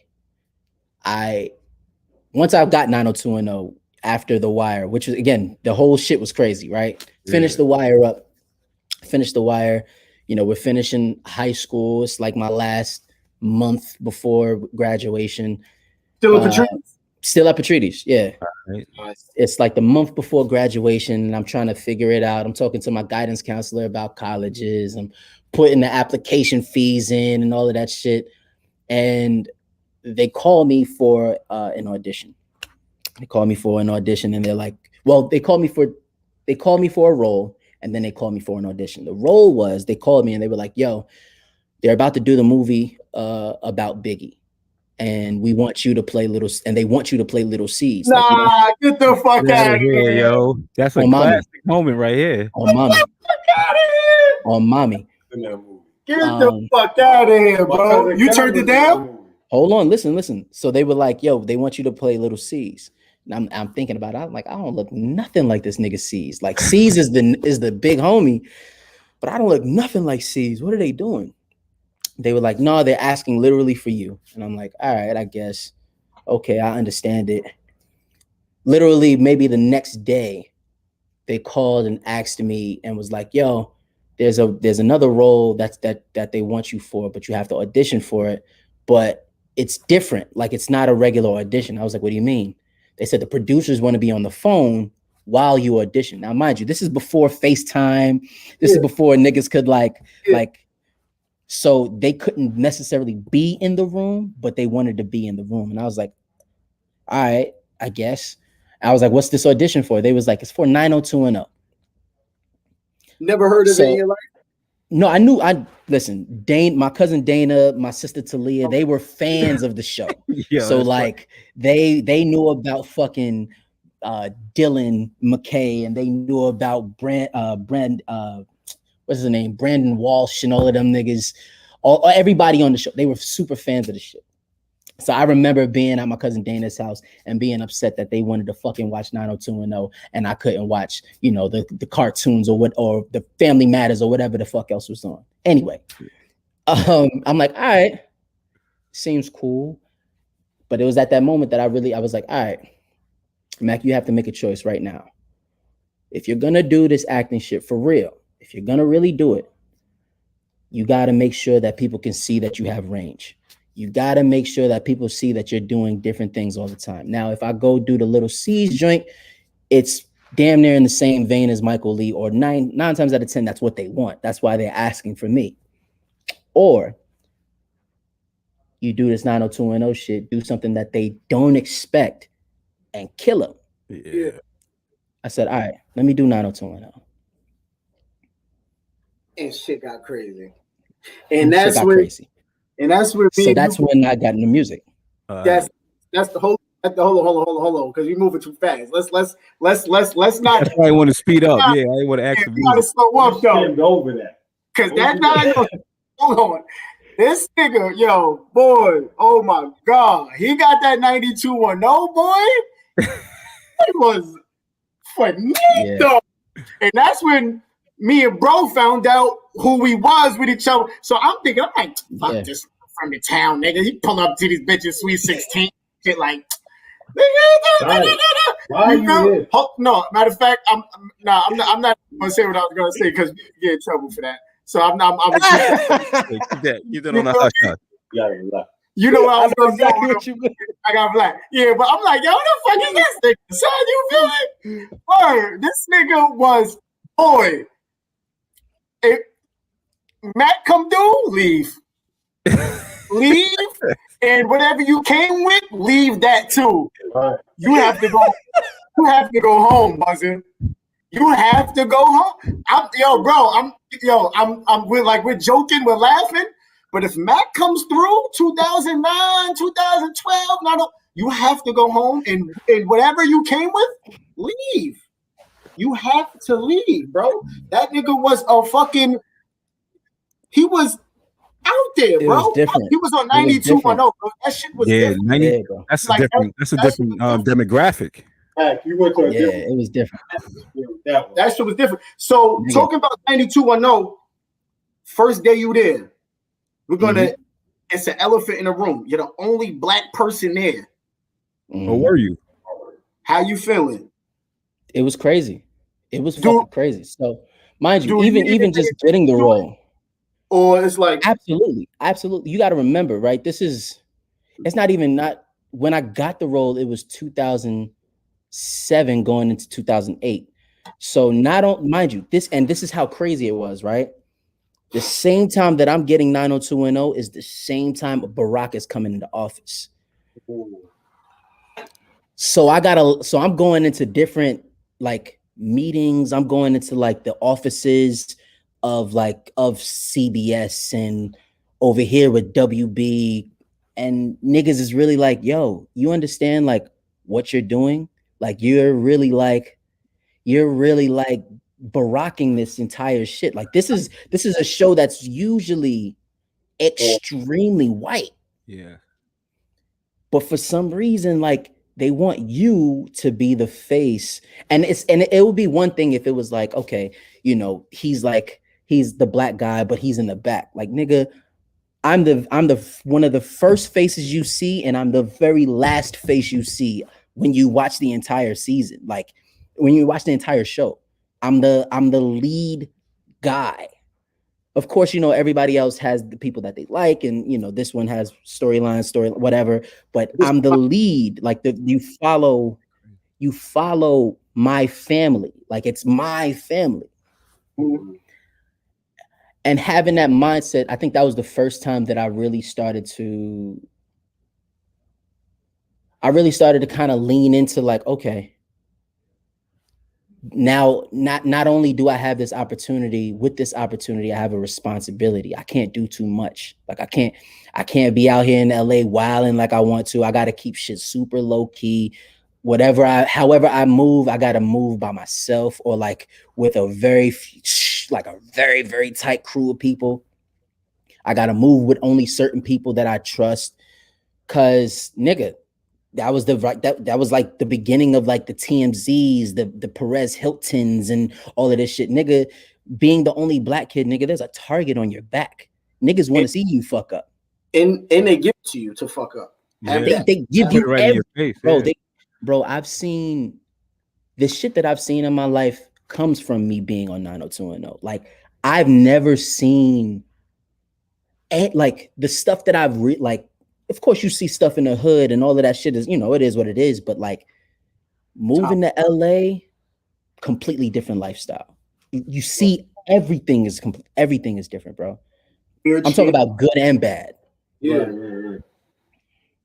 That shit is crazy, bro.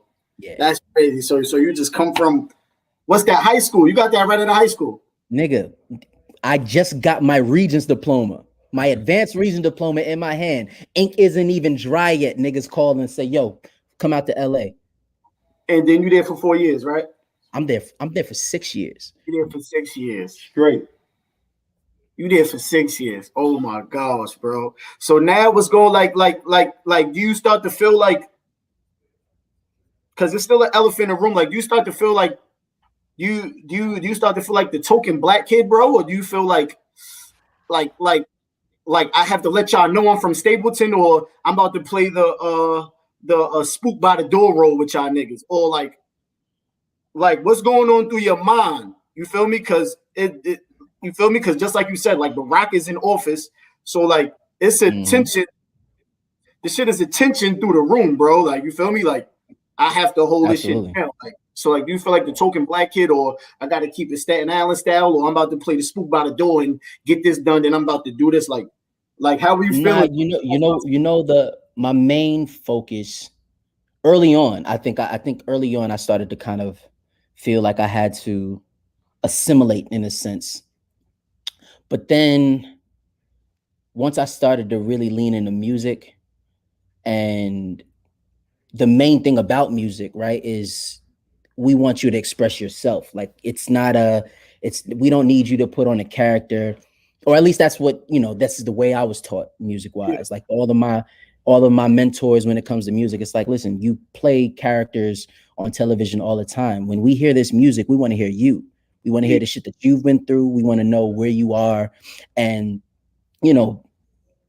starting to get into music and connecting myself with different people, writing with different people, jumping in different studio sessions and learning from all of my mentors, from fucking Harold Lilly, who's written for fucking everybody, from Alicia Keys to Kanye West to this one and that one, to Warren Campbell and fucking Tank, and all of these just different writers that I'm just constantly around, and I'm like, all right, cool. Like I pick this up, sit in the back of the studio.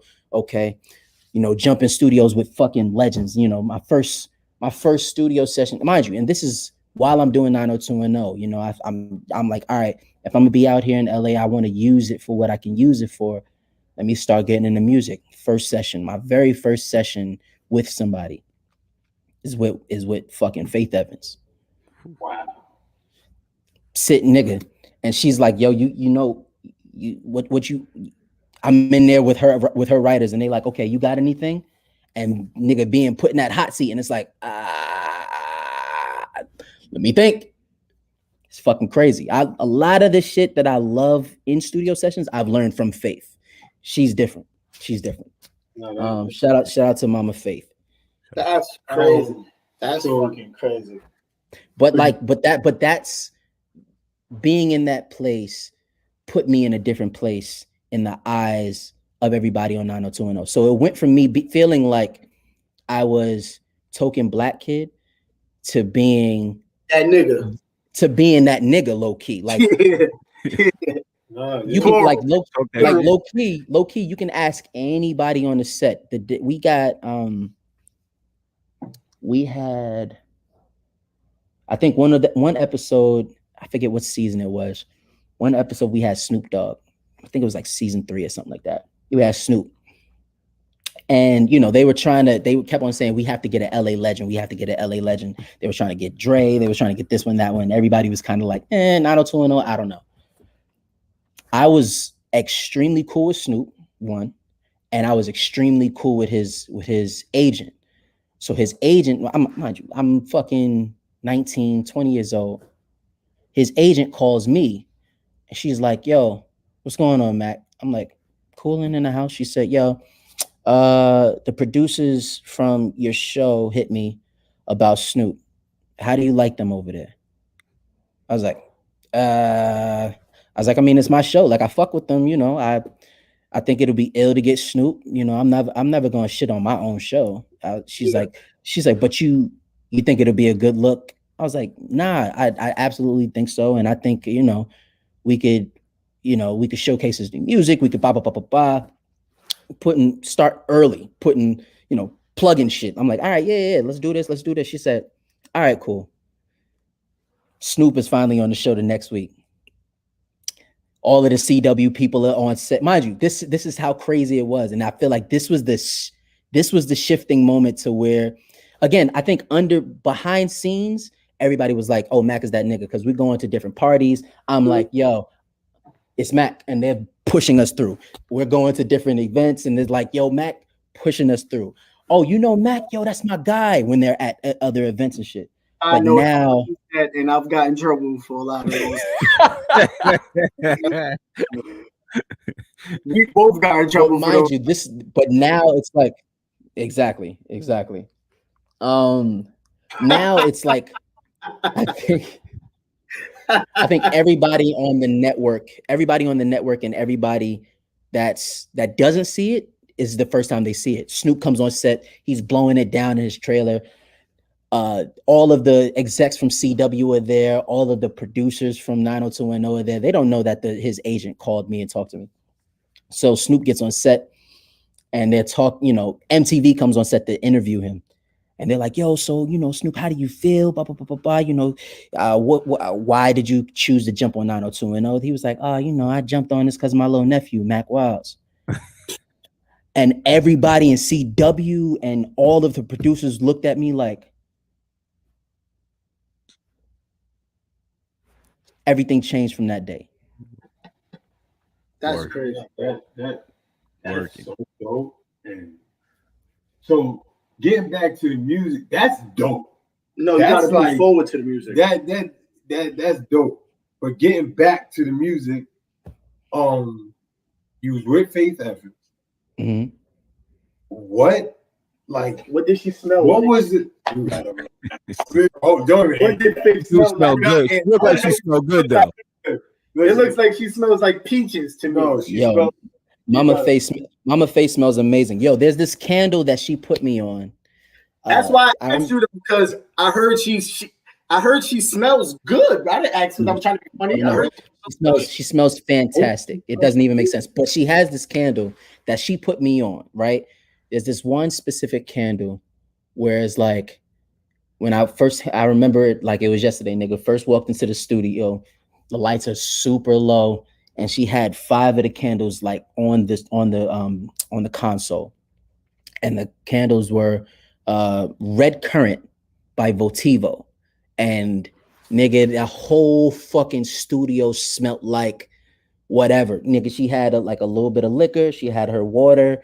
She had her tea set up. Like she had everything. Everything is like perfect. And we had to show up before she showed up. Son, the whole situation was being in with Faye, with Auntie Faye kind of showed me like studio etiquette and just like knowing what you need to produce what you want. Yeah, and what this is during 9210 before A New York Love Story or going into it like, all right, this shit is about way before. This is way before New York A Love Story. This is like the end of season 1, beginning of season 2 of 90210. So you already doing music on the low and don't nobody know. Been writing and all of that stuff since before 90210. Like I was doing music, of course, like with with my niggas and all of that shit. But once I got to LA, that's when I was actually jumping into different sessions, writing with different people, ghost writing for people, et cetera, et cetera. But that's when the music really started. New York A Love Story comes from, getting back to remember. New York A Love Story comes from my big homie, Salam Remy, listening to Remember. I met Salam when I was about 19.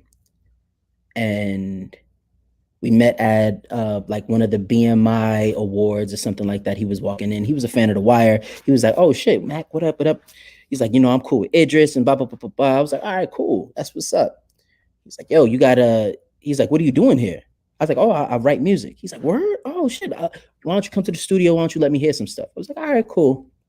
That's crazy. So I would always go to the studio and let him hear like the little joints that I was writing for myself or that I was recording and all of that stuff. Other people would write, and he would tell me what he liked. He would tell me what he didn't like. And he'd be like, okay, I'm gonna play you records that I have that are coming out on other artists. So like he'd play Miguel's first single. He'd play like joints that he did for Neo. He'd play me Jasmine Sullivan's first album. He's like, yo, these are the people that are coming out at this time so that you know what you're up against. Understand that, it's all fun and games to do your music and all of that shit, but you're up against this shit. And I'm not doing no bullshit. Huh? I said, and how old are you right there? Like 19, 20. So Dolo in LA. So what? So that's crazy. 19. That is fine. 19 on grown man business. That's fine. 19. Who was? That's crazy, bro. See, That's crazy. That's Mhm. crazy, bro. you gotta relax. Nah, you don't gotta relax. No, I'm saying like, yeah, like I have to relax, but it's just like, nah, no. But it's look though. Yo, he's from Stapleton Projects, my nigga.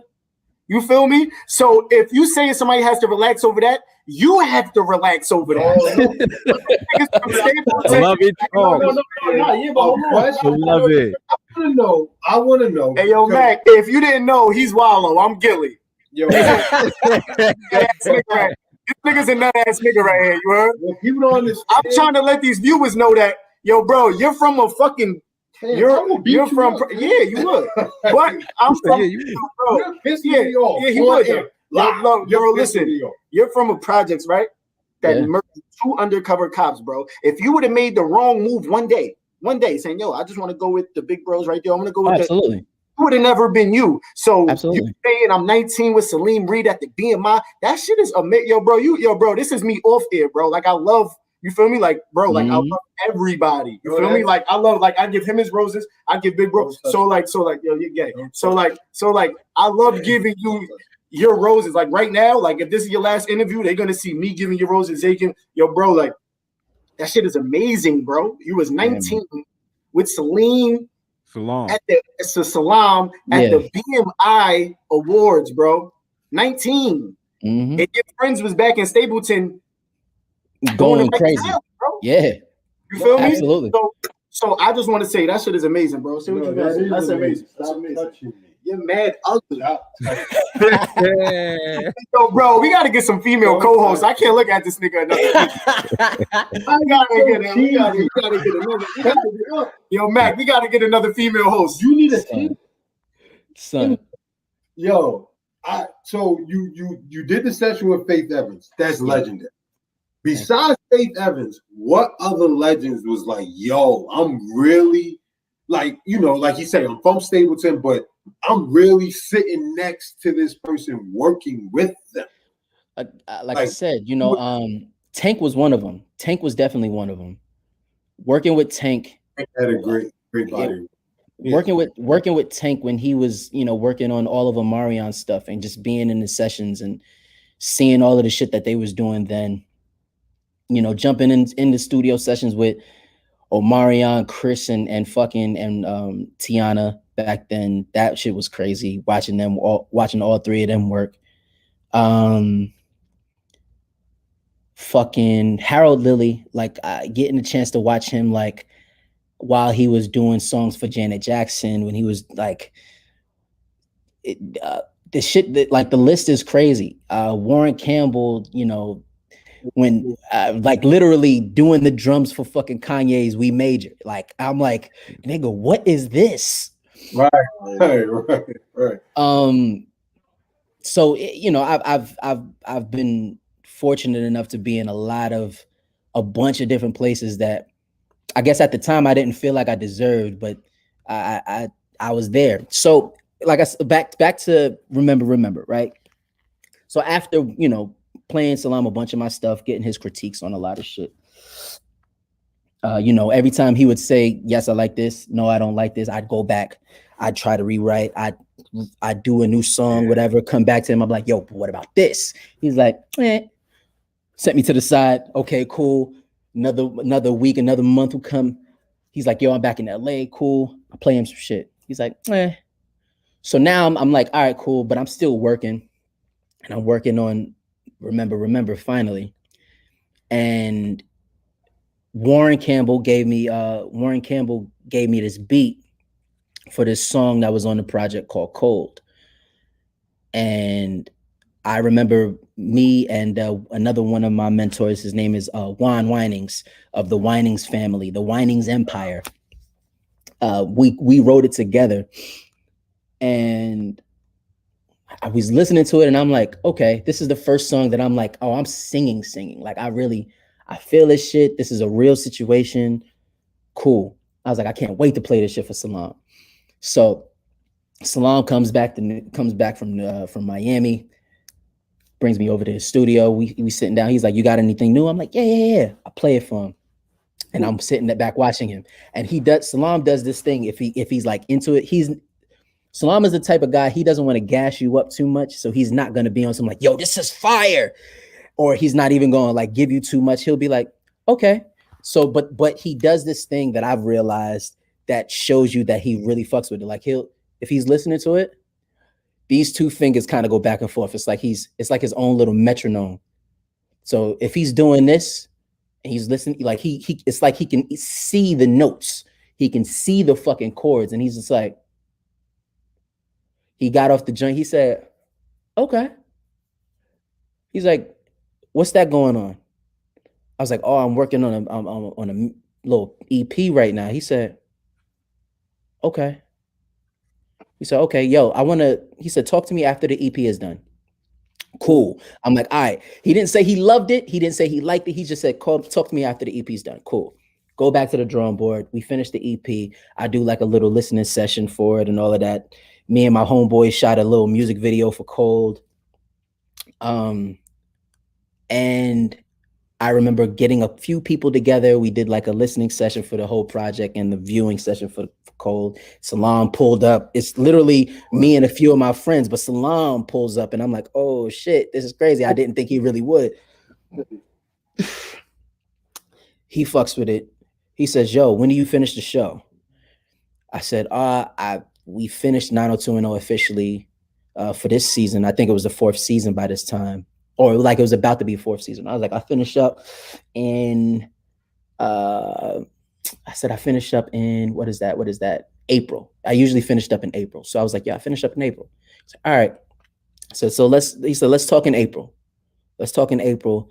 Maybe you could come down to Miami. We figure it out. I was like, oh shit. Okay. So I'm still writing, I'm still working and all of that shit. Finally put out remember it's November. I get sick in January. Like I'm talking about like deathly sick. Like nigga, it was about to be a wrap for your boy. Corona before Corona. Corona before Corona, right? What to say that? And I was fucked up. Oh, that's Uncle Clock. What up, baby? Big homie, how you feeling, man? What's up? Yeah, I got sick, man. From being on set. It's a long story, but yeah, I got sick and I was in the hospital for like a month and a half. And I, you know, it was just really bad. Fucked up a lot of shit for me. So I wasn't able to leave Los Angeles flying, really driving anywhere until the doctors cleared me. And they didn't clear me until about like June or July. And mind you, 90210 started back up in July, like right around my birthday. So I didn't even have any time to go out to Miami to work on the album. I thank God I get better. We do this next season of 90210, 5th season. Salam is like, okay, it's about to be like Christmas break. You're about to go on break. Yo, why don't you come out to Miami now? Let's see what we can do. I said, all right, cool. I'm talking to Warren. I'm talking to, you know, all of my mentors at the time. And I'm like, yo, like, you know, Salam is asking me to come out to Miami. This is the first time I'm like he's flying me out there, putting me up in a hotel. Like, I'm like, on some music shit. I was like, what do I do? He's like, everybody said this one thing. Yo, just go out there, you show up and you show out. That's it. Mm-hmm. There's nothing else that needs to be thought about. You show up and every single moment you out there, you show out. That's it. All right. Salam flew me out there. I'm out there for maybe a week. Yeah, like I'm out there for like 7 or 8 days. And in 7 or 8 days, we cut maybe like 7 songs and 5 of them made New York A Love Story. With the samples. That shit is crazy. So New York A Love Story comes from, like I said, at the time, I've been living in Los Angeles for like 5 years at that moment. Mm-hmm. And me and Salam were just having constant conversations like, yo, man, like, I miss New York music. I miss New York music. Like, I miss the way that New York music makes niggas feel. Like, it feels like everybody is doing music that doesn't feel like New York. Even the New York niggas are doing music that don't feel like home. It was fucking me up. Like, I would want to hear what New York felt like, and I would, turn on the radio to whoever was playing at the time, and everybody's inspired by other people, so nothing felt like home. Nothing felt like a bacon, egg, and cheese. Nothing fucking felt like the 2 Train. Nothing felt like, nothing felt like Rucker. Nothing felt like fucking Dykeman. Nothing felt like home. Yeah. I was like, all right. So Salam brought me to Miami, and he said, yo, I feel the same way. He's like, I've been in Miami. I've been in LA. He's like, I barely go back to New York. And then when I go home, home doesn't feel like home. I want to do something that feels like home. I was like, all right, cool. So literally the first day is like us digging in the crates, because he has crates and crates of records. We're digging in the crates. We're hitting YouTubes. We're trying to find like what records feel most like New York. And then it becomes a battle. Who can come out with who has the most New York songs? So like, we're like, okay, yo, what do you think about Mobb Deep Burn? Oh shit.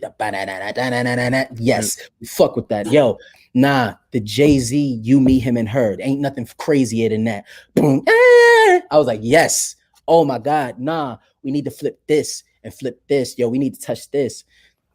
So mind you, as we're going through all of this, Salam is like, before we do all of that, I have to test you. And I'm like, test me? What the fuck you talk about? He's like, I want you to go in there. He's like, I got this record that Neo did. He's like, it's not fully done. It's a verse and like half of the chorus. I just want you to go in there and cut it. I got to hear how you sound on it. Mm-hmm. I was like, all right, cool. I went in there, started trying to mess around with it, playing with like the sonics of it, like bringing it up, bringing it down.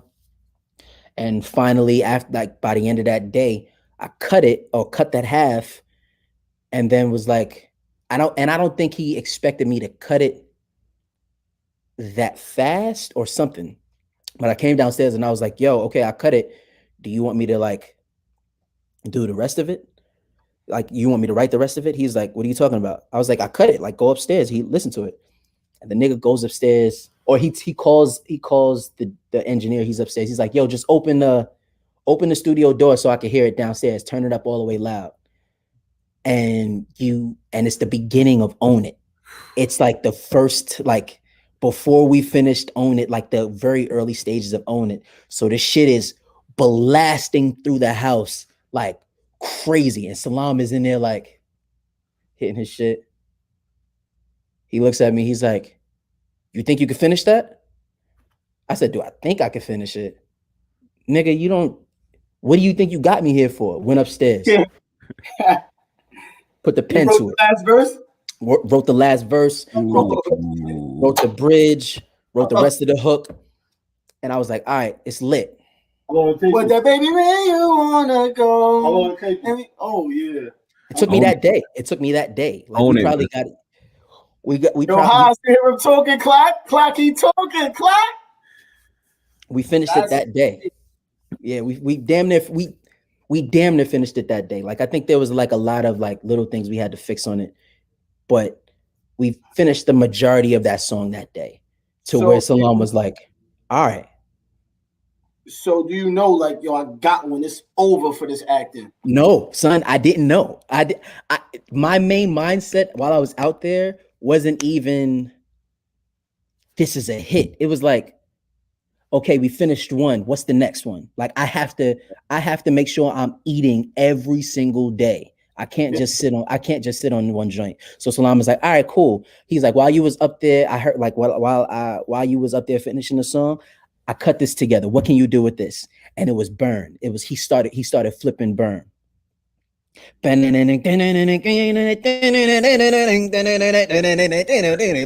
started flipping it, adding chords to it. He said, yo, go in there, figure out what you're gonna do with this. Same Was day. you drinking Hennessy when you did it? Huh? No, I wasn't. Hold on, this is the crazy shit, right? I Yeah. wasn't drinking at the time. I didn't start drinking. And this is a whole nother story. I didn't start actually drinking alcohol until we got nominated for a Grammy. Yeah. That's crazy. Shout out to that. That's crazy. But in that book, in that poem book that we were talking about, I was like, all right, cool. What do I want this project to sound like? What do I want this album to sound like? And I started just writing different, like what I think it sounds like. If I still have the page in my phone, I'm gonna find it. I'm gonna send it to you. But it's like something was like, yo, celebration, like hood nigga celebrations, and like it was just a bunch of different things that I wanted the album to feel like. And while I was listening to the record, I was like, what is this? Like, what is this? Like, it feels so urgent. It feels like right now. I was like, what the fuck? So I started going through that list of like what I wanted the things to sound like. And right before I started writing it, Salam was like, all right, listen, before you start writing the song, I want you to go in there and just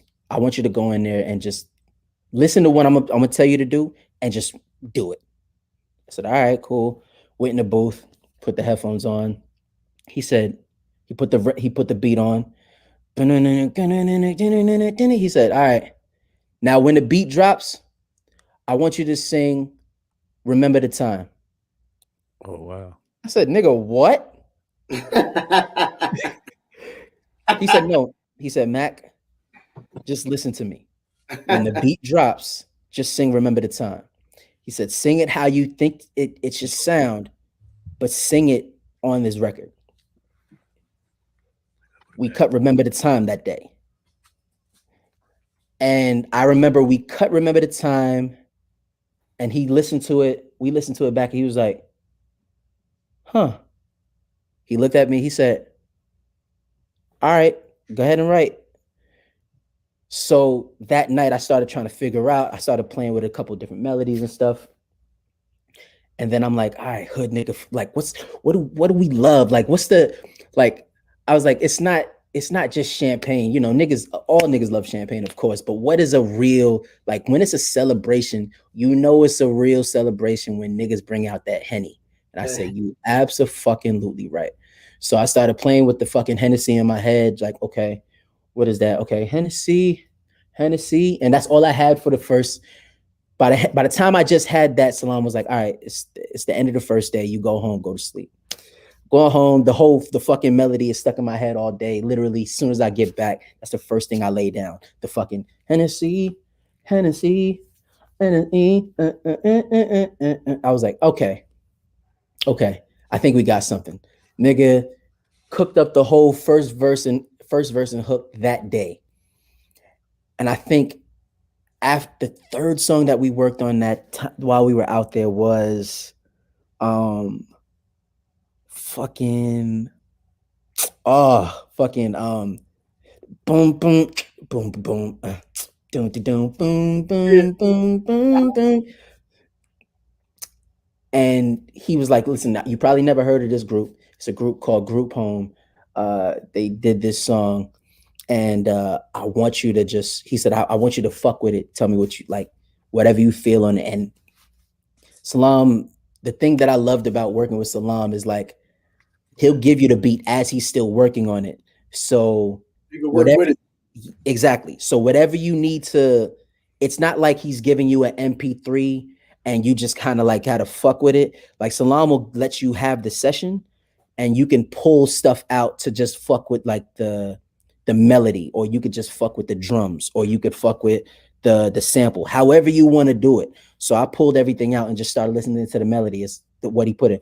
Boom, boom, boom, boom, boom, boom, boom, boom, boom, boom, boom. I was like, okay, what does this feel like? I was like, it feels almost like it feels good, but it feels like somebody's gonna be heartbroken after this. And I was like, all right, well, I can't apologize for keeping it real. And he was like, Salam was like, yeah, run with it. Yeah. Son, that those sessions, those 7-8 days was so fucking, like, when I tell you every day locked in, knocking out a new song or trying to figure out how we can capitalize or make another song bigger and better, nigga, that shit was something unheard of, bro. This shit was crazy. How did Magic come about? What have it? Oh, Magic. That's a crazy one. Magic is fire. So Magic was one of the songs that was already written. But it was written. No, yeah, it was fully written. It was, shout out to Rico Love. Salam had the record, and it was one of the records Salam was playing, like, after I think this was during our second half of sessions. He was playing the records, what we had already, and then he was like, yo, these are some records that I have that, you know, that I have open, whatever. And he played Magic, and the whole room stopped. I said, oh yeah, no, that one. I said, that one right there is crazy. He said, yeah, that's Rico Love. He said, I really fuck with this one. I was like, yeah. And we knocked that shit out very quick too. So fast that Rico was like, I want to have a session with him to see who this kid is that you're talking about. Cause you tell me he cut the record in a day and the shit sounds like this. I want to work with him. I want to see what he does. So we have Rico come in my second time in Miami, and Rico is like, yo, Salam, give me a beat, whatever beat. The thing I love about Rico, I want to call him cocky, but it's not really cocky. He's just super fucking confident in his work. He's a dope songwriter. It doesn't make sense how good he is. He doesn't even, he's like, Hove is God, right?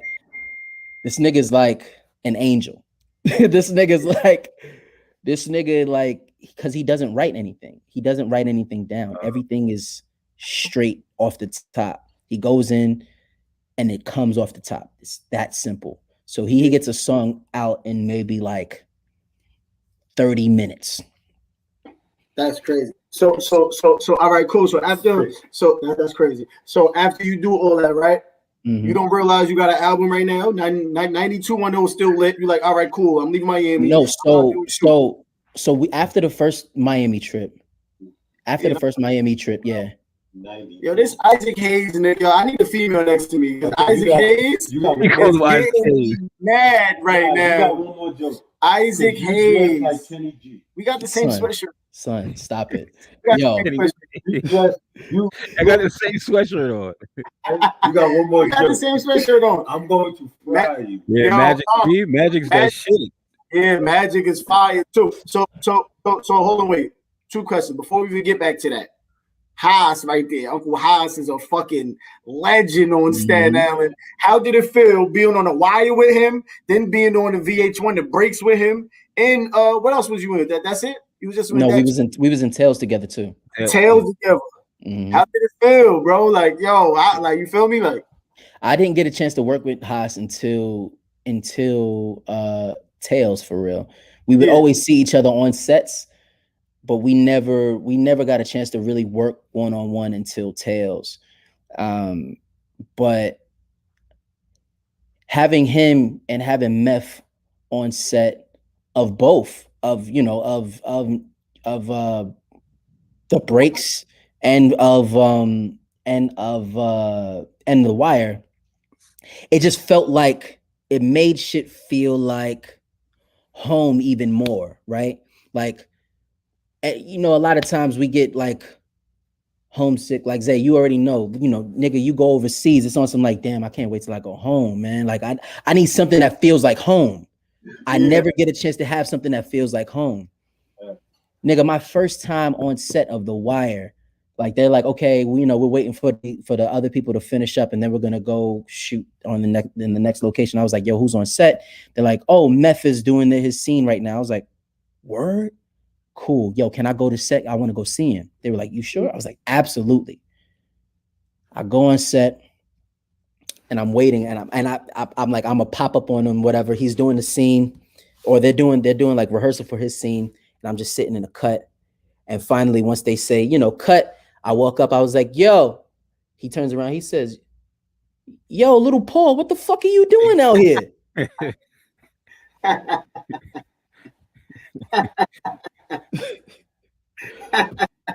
So it just always feels like home, man. Like they, I thank God that I've been able to work with guys that I've looked up to for my entire life, and guys that are from home and ran the same streets as me and have very similar stories to me that I don't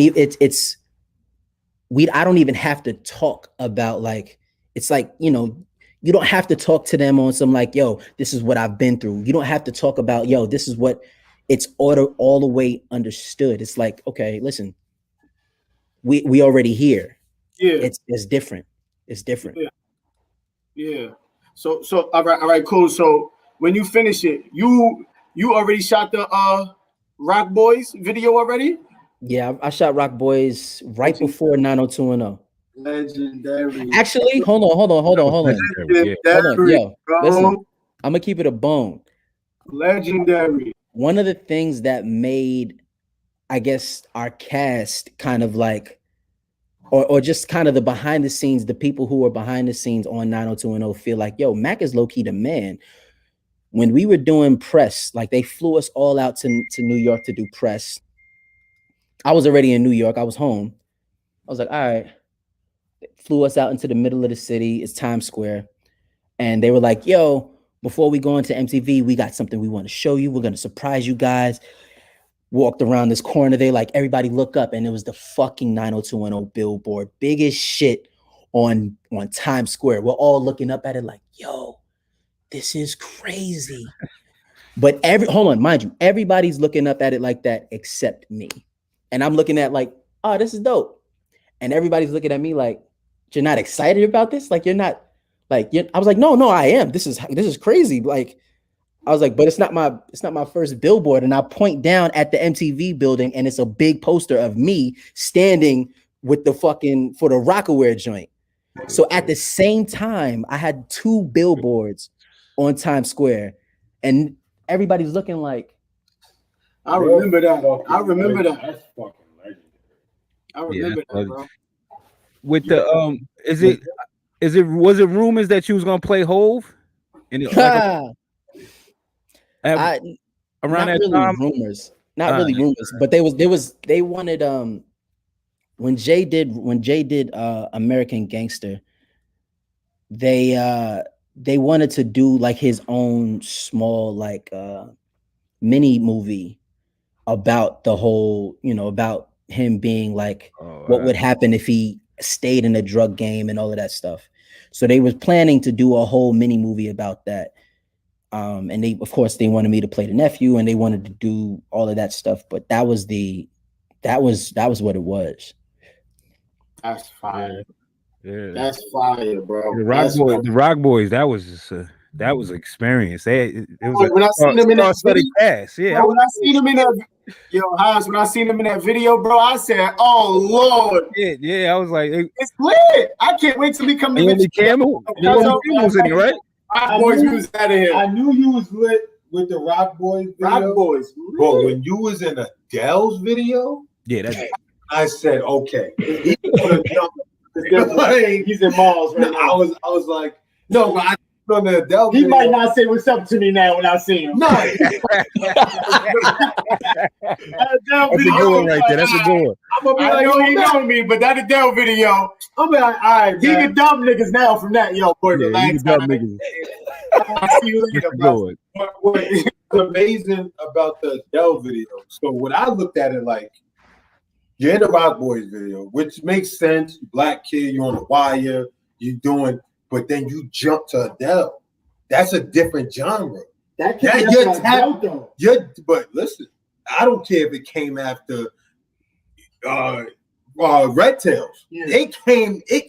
Yeah, and it was one of those things where I was like, yo, like, I need to know how that came about. How that one. Because she could have chose anybody. Yeah. And she chose, how did that come about? And what did she smell like? Huh. I don't want to laugh. Adele smell like vanilla cinnamon. She smelled amazing, by the way, too. She smelled amazing. But Trouble for you. Vanilla in it, man. Trouble for all of us. Relax. But you know, not the thing with Adele started way before I realized it, right? Adele's first placement for her song Chasing Pavements, her first American placement was on 90210. So the first time that her song was like being heard on like in American Airways was on 90210. Fast forward, right?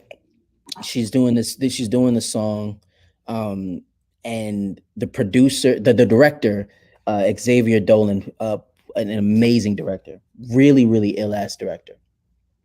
He's like, you know, we need somebody who's going to be able to really act. Like, we need somebody who can really, really act.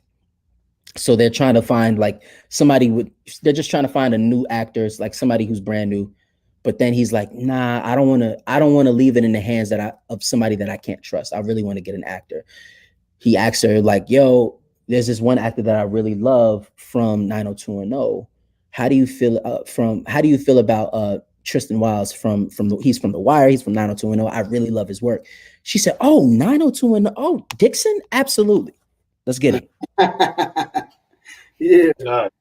So literally, they called, my agency was on some like, yo, get him on the phone with the director and let them talk. And the way that he explained it, he's like, I don't know if you've ever done any silent films, but this is pretty much like a silent film. So we need somebody who I know can bring emotion without having anything to say. He's like, that's the biggest thing to me. So yeah, I said, yo, listen, I'm gonna come in and I'm gonna kill it. I promise you that. And Killed it. That was it. Yeah. You did an amazing job. How you get in the zone like that to express yourself without silent? Yeah, like how do you? What's the mindset of that? Part of it was, again, I can only take part of the blame for that. The director Xavier is an amazing director. He knows how to pull whatever he needs out of his artists, and that's what you've seen on screen was a mixture of me, Adele, and him. It was literally just us three on set. Oh, wow. Those times that you've seen like the hands on the face, that's Adele. Those times, but he made sure like there were certain things that she was there for, so it felt as real as possible. Hold on, sorry. Good. So let me see what's some question. Be down for in a second. So, but it was really like it was very much like a collaborative thing, and just making sure that when that camera's on, it's literally you and the camera. So of course, it's always easier as an actor to work off of somebody's energy, because you guys are throwing that energy back and forth. But when it's just you in front of that camera, it's you and the director, and whatever energy the director is giving you is the energy that you're gonna put out. And yeah, my nigga, that shit was lit. That makes sense. That's crazy. So all right, so cool. So you finished that album. You like, all right, cool. When do you start putting acting on the back burner? Because I seen something you put on the gram the other day, and I wanted to ask you about that too. When you said you turned down a big role to go on a tour. Mm-hmm. You feel me? So when do you realize, like, all right, cool, I got acting in the bag. I really want to do this shit.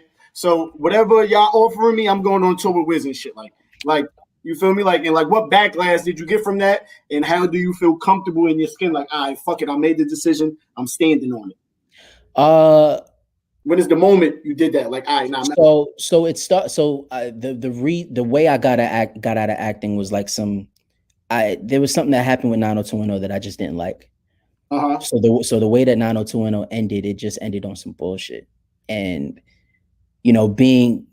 being kind of like thrust into the business the way that I was, there was a lot of stuff that I just didn't I didn't know the game. Like I didn't know the game, and I took it personally. So I was like, I don't want to be in this game. It's fucking weak. Like I don't like that. I don't like that anybody could just shut shit down, and the power is not in our hands. I didn't take it for the game is the game. This is the game that we're playing. So I took it personally, and at that moment, because me and Salam were working on the album, I said, you know what? Cool. I'm gonna take this and I'm gonna put all of my chips into this. I'm gonna focus on this, because even with music, I know niggas aren't gonna respect your shit unless you're really focused on music. Like unless niggas really see that you're focused on music, then all of this shit is like, it's like whatever. People think that it's a hobby. I had to show niggas that it wasn't. And I was gladly able to do that because of the bullshit that happened with 90210. But the backlash of not taking the role, it wasn't really a backlash. I've always been a very impulsive guy. Like if I feel something, I jump on it automatically, whether I'm right or wrong, whether it's like good or bad, like, whether it's something as simple as saying no to a job, or if a nigga in the face and I got to punch him in the mouth. Like, it's like the impulse is like, if I feel it, it's going to jump out of my body. Yeah, that's a fact.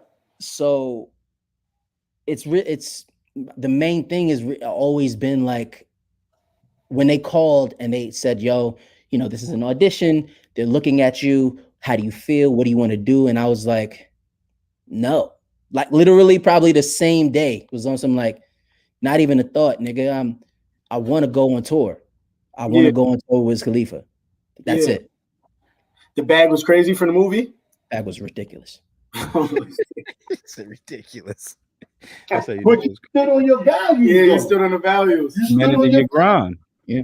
Like this Trump supporter, he's not over here. He's over here. Yo, give me a bag and I'll do anything. No. Look, give me the bag and I'll do anything. Free.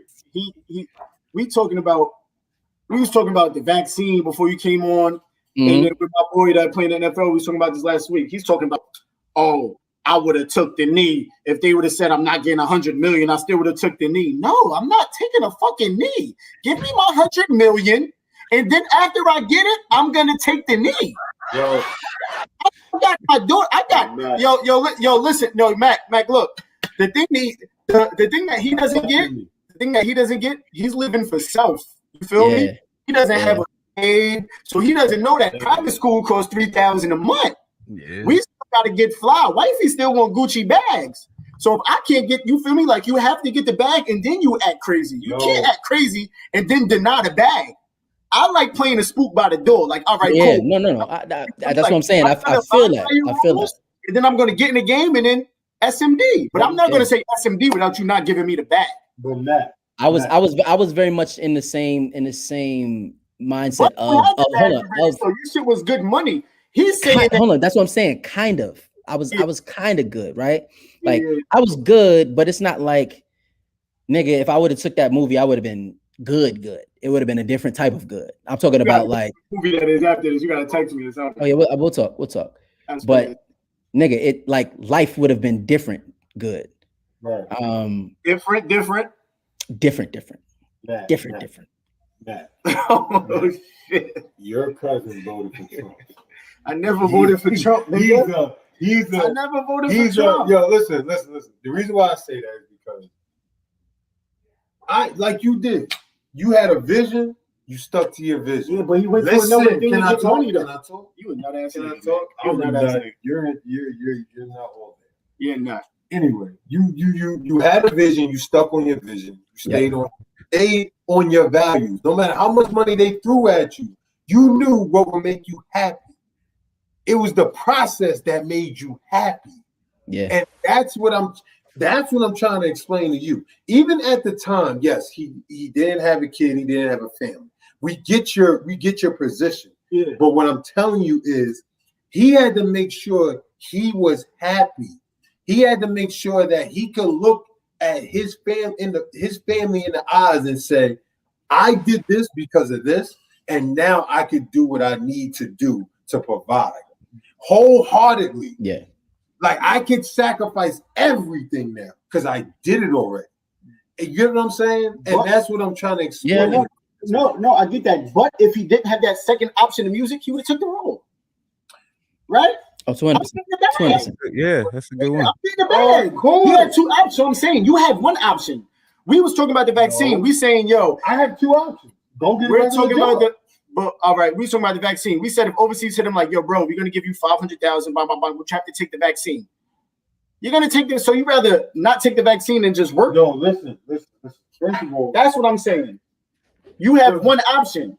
No, I don't have one option. Because the second option is working. You're not gonna work. You're not a working nigga. You want to go play ball. Of course. So that's what I'm saying. But he I also wants to act on my value. Yeah, but I'm saying he wants to act.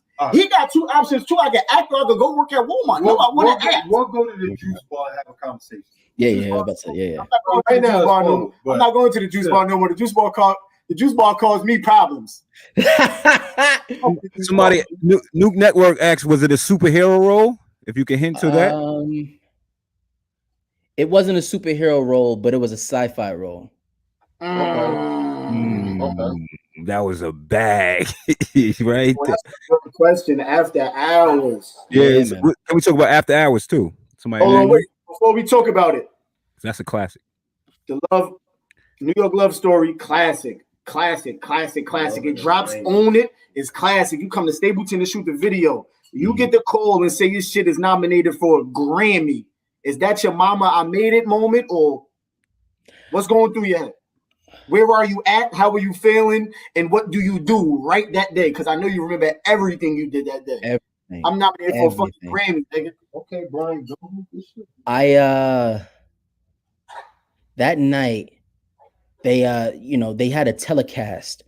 They had a telecast that was like announcing all of the people who were nominated for a Grammy. They were going through all of the different joints, and I didn't know what I would be nominated for or what category they sent me out for. But I was like, all right, cool. Let me see. We're watching the telecast, seeing if we were nominated for anything. Watch the entire telecast. We're in Virginia. We had a stop in Virginia. I think it was either it could have been Norfolk, right? Huh? The Shag Fest, right? No. It was. I think it was after. It was before we did Shag Fest or anything. But we were in Virginia. I had like a club run that night or some shit like that. And I think it was either Norfolk or it was Richmond. And I remember just being out there and I'm like, all right, we're watching television, like we're watching the TV. We're trying to see if anything happens.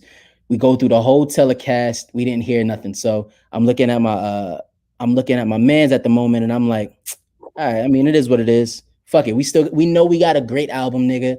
I'm not worried about any of that shit, nigga. Fuck a Grammy, nigga. Like, we still got to go out tonight. We're going to have a good time. We're going to perform. It is what it is. Nigga, as soon as I'm putting my jacket on to go out, phone rings. And I look at my phone, and it's one of the people from the label. And I'm like, I pick up the phone, and she's out of breath. Nigga, damn near screaming, oh my God, did you hear, Tristan? Did you hear? I said, no, I didn't hear shit. What are you talking about? She said, you're nominated. You're fucking nominated. I said, whoa.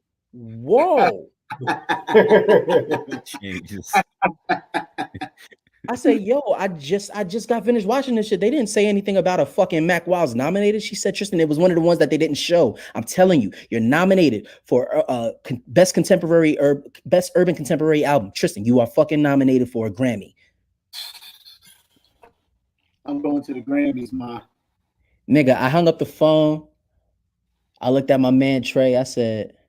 He said, what happened? I said, I think we nominated for a Grammy. He said, what? And it took me a minute to fully like understand it. I said, bro, I think niggas is nominated for a Grammy. And he said, you nominated for a Grammy? I said, nigga, we're nominated for a Grammy. He said, the song or the album? I said, nigga, the album is nominated for a Grammy. He said, you nominated for a Grammy? I said, I'm nominated for a Grammy. Nigga, we started jumping around the fucking room. Going crazy. Nigga, we had Vice News downstairs. They were downstairs to interview us and follow us like through the club and all of that shit for that night. We go downstairs to do the interview. They're like, so how do you feel about this album? Whatever. And I'm like, yo, I just heard I got nominated for a fucking Grammy, so I feel amazing about this album. They're like, what? I said, yeah. And it's I think it's two white kids, and they're like, we got to go out and party, right? I said, you motherfucking right, we got to go out and party. Yeah. Nigga, it was a rainy night. I remember that. It was a rainy night. We go out to the club. There was nobody in the club, bro. Nobody in the club. Literally, the shit was empty. There was maybe like 5-10 people in the club, the entire club. Yeah. It was like my group of people, like my group, my whole squad, girls, whatever, and then like 10 other people in the club. And I was like, the people from Vice was like, at first I was like, well, it is what it is. 10 and 10,000. That was always my mindset. Whether it's 10 people or 10,000 people, I'm gonna put on a show. I'm gonna give you what you came for. I go out there, I perform real fast, and then I'm like, yo, I'm gonna keep it a buck with y'all. I know there's not a lot of us in here, but real rap, I just got nominated for a Grammy. I just want to party. Everybody, let's drink. Yeah, let's go up. Nigga, that night, that empty ass club was one of the best club experiences I've ever had in my life, my nigga. That's fire, bro. That's fucking that's Shout out to that. That's fire, bro. So yeah, After Hours. What fucking great album. I think it's top to top with New York Love Story. If you ask me, After Hours is fire. Stolen. Yeah, oh my gosh, that shit is fire. After what do you think? Not saying what do you think went wrong. What do you think could have been done better on After Hours so it could have been more heard, bro? Because I think if more people would have heard that shit, bro, After Hours would have been the number one, if not the number one, top 5 albums in the country, bro. Yeah, After Hours is crazy.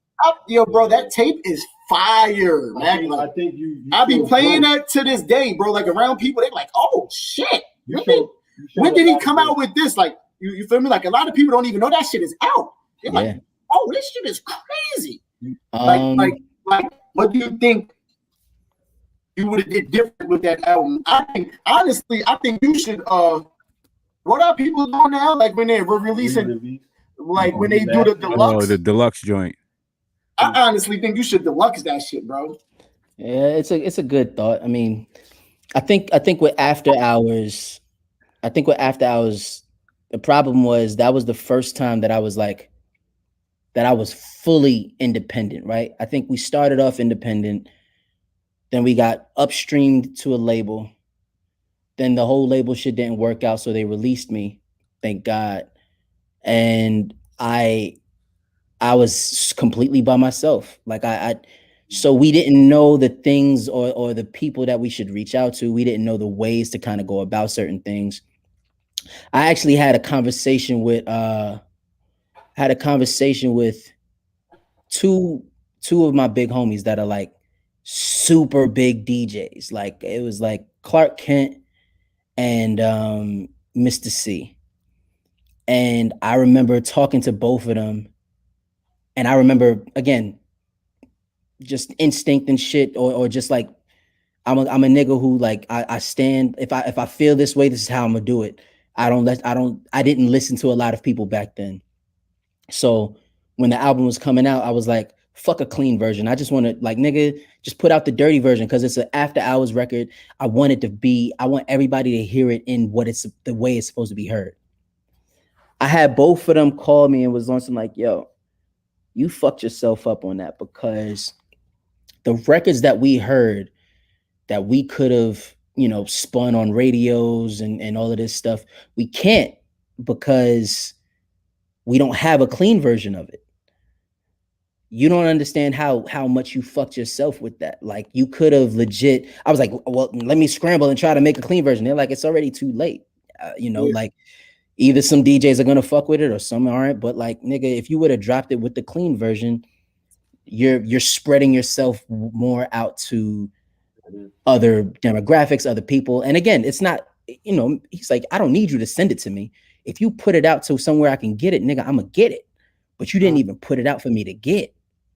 He said, so when I'm on Hot 97 during my hours, or whenever Flex is on, or whenever fucking Camilo is on, or whoever, niggas can't play your shit. You know, niggas can't, you know, we can play it maybe on the after hours joints, but like, nigga, who ain't nobody, you're a bigger artist than that, nigga. We can have your stuff playing at all times. So you fucked yourself up with that. So that was one way. And I think another way is just learning the people to talk to make things bigger. You know, I think that was the beginning of learning about the streaming services and the Carl Cherries and the Tumas and all, and, you know, the Majimas and everybody who are the big figureheads in these companies. But it was a learning experience. Yeah. So, bro, Great project, though. That album was fucking great, bro. So what? All right. So after Hours, what are Mack Wilds right now? Are you dropping another tape? Are you working on another tape? And with the shit that you learned from After Hours, are you gonna put that into your new tape? Or if you're working on a tape, like, what is Mack Wilds doing right now at this moment? Because we need some new music. I got you. No, I got you. I'm definitely about to start working on some new music. I've been back into acting a little heavier than I was before. Just kind of, you know, trying to get back into that game the way that I know I can be in it. So back acting, but now I think I've done enough in both venues that I can balance it a lot better than I could have in the beginning. Yeah. So I am working on another project, and all of the lessons that I've learned from past albums, past experiences, just life as a whole will definitely be showcased in this next project. And yeah, man, I'm just excited to be in a place of being constantly working, being able to create freely and not under anybody's timetable or circumstance. It's just a very freeing feeling. Yeah, and on top of that, because we're gonna wrap this up. I know baby girl about to start calling you. And she already did. Yeah, and on top of that, you got a new baby girl, bro, and you're married, brother. So I like super congratulations on that. You have a whole wild family to take. Oh, you should patent that wild family. Yeah. Oh, that's lit. Yeah. Wild family. That's a reality show. That's a reality show right there. I need points on that. I'll take 20%. You needed 20%. Wild family. That's fire. The wild family. But yeah. So all right. So like, because I remember the day when you found out. We was at the. Yeah, I'm talking too much, but yeah. You feel me? Yep. And then I seen the look on your face, bro. You like, yo, it's lit. I got my baby. Like, you feel me? My baby's having my baby, bro. It's lit. Like, we took a shot. I think my son Driver was with us from VA. Yeah, yep. Like, this nigga Mac went behind the bar. He's the first nigga I went. He goes behind the bar. I'm like, all right, this nigga family. This nigga go like, no, this is me. Come here, come here. I'm like, yo, boy, you're bugging the fuck out. He goes, grab the bottle, pour shots, put the bottle back. We take shots and all that, but how does it feel though, bro? I got, you feel me? Your daughter, your wife, like, you feel complete right now, bro? I know you feel complete. Like, you got everything out the way, and it's just, all right, now it's time for me now. Like, you know, it's so my crew, I call my crew the 95%.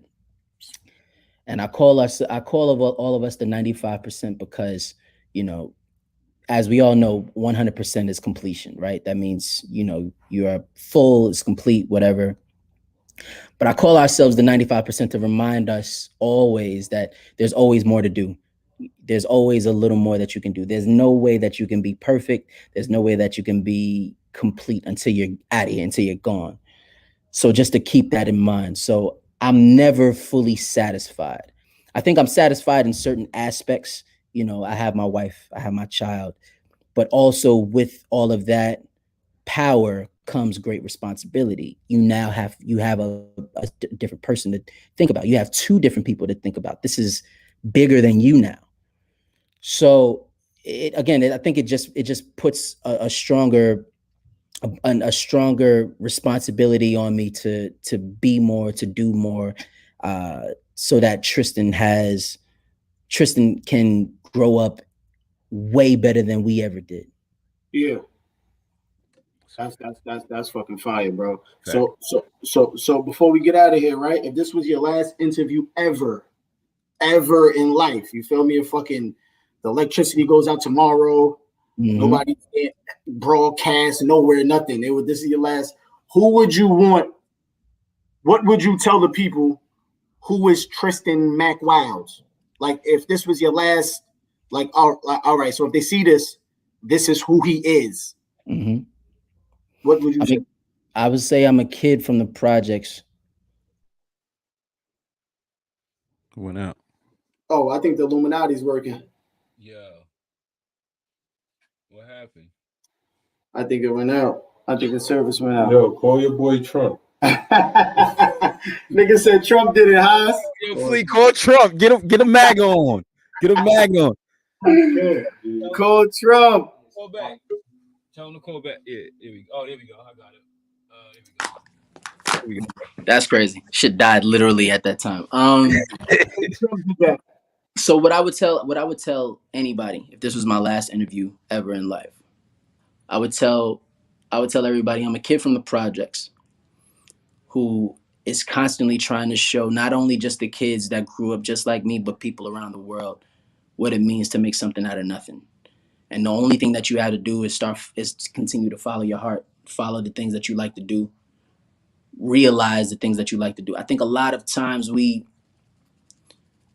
look at the things that we fuck with or the things that we like, and we're like, there's no way we can make money off of that. Or like, man, there's no way I could like that. There's no way that can make me do anything. So they put a lot of that shit on the back burner.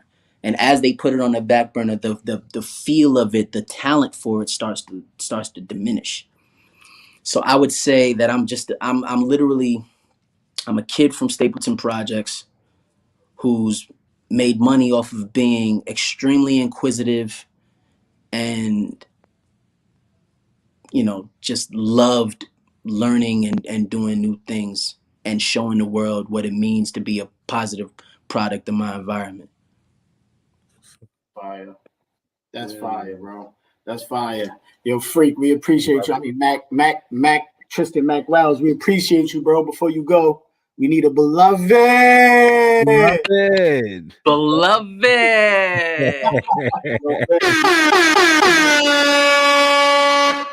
That's what's up, man. You know what I mean? It feels good to call you a friend of ours. We see what you're doing, man, and just keep being you, man. Stay solid, and we definitely rooting for you, like always. For real. You know what I mean? Like, we want to see you go to the moon and back, and we all, as fans and as friends, we got your back, bro, and we hope that you continue to do what you do. You know what I mean? It feels, especially when I'm overseas, it feels good to tell people like, yo, that's my man. He's doing this thing. You know what I'm saying? So just keep doing you, bro. Definitely see you. That's a fact. That's a fact. Yo, Mac, I've been a fan since remember. Keep doing your thing. We need new music. So drop that new music, man. You got fans out here, yo. Listen, you know what I mean? We got some shit. So I just need to stop playing and actually press play on some shit. So I got some stuff. We're gonna talk soon. Yeah. Do your thing, man. Don't worry about it. We expect to hear a little song. We gonna see him at what we gonna see him at. So I ain't gonna but yeah, with me, I'm an emotional nigga anyway, bro. I'll probably text you 3 o'clock in the morning. I love you, bro. So that's a fact. My shit is already out in the open, bro. I'm just proud that you feel me, bro? I'm just proud that you happy, bro. I don't care if you wasn't doing, I'm just proud that you happy, bro. Like, you smiling and you happy. You feel me? At the end of the day, you know I got you, and I know you got me. You feel me? I know we all. So I'm just proud that you happy, bro. You feel me? Like you're really happy. Wifey got you happy. Your daughter got you happy, and I'm happy that you did this for us. You feel me, bro? Like you feel me? Like you doing us a favor. You feel me? Like so. I just want to thank you, bro. We appreciate you from the Beloved Podcast, bro. This is the second episode, Beloved Talk Podcast. Shout outs to Tristan Mack Wilds for coming through, showing us this love. Beloved! Yo, throw that house on the way out. Throw that Mack Wilds on the way out, man. Hey, I don't want to get it taken off. We got to keep it taken off. They might take it off. The copyright. Yeah, that's a fact. We got to keep it tight. We got to keep it tight, though. You know what I mean? Yo, Mac, bro, we love you, man. Love you. Word. Do your thing. Got you. One. Yo, love it. Bro. You got all that, right? That was great, though, beloved. You know what I mean? That was great, bro. That was great. Got a lot of stories, man. They got a lot of good stories. Little C's? Little C's? Imagine Little C's, though. That would have been a classic. It would have been a different. Kev Phillips was in that. He's from Staten Island, from New Brighton. Yeah, Kev Phillips. That's my cousin. That's crazy. That Staten Island connection was right there. That's crazy. That's fire. Yo, Zay is really an ugly nigga. y'all are mad funny, yo. Y'all niggas. Nah, I'm just looking at him when he told. He said, "Kev Phillips, this nigga's mad."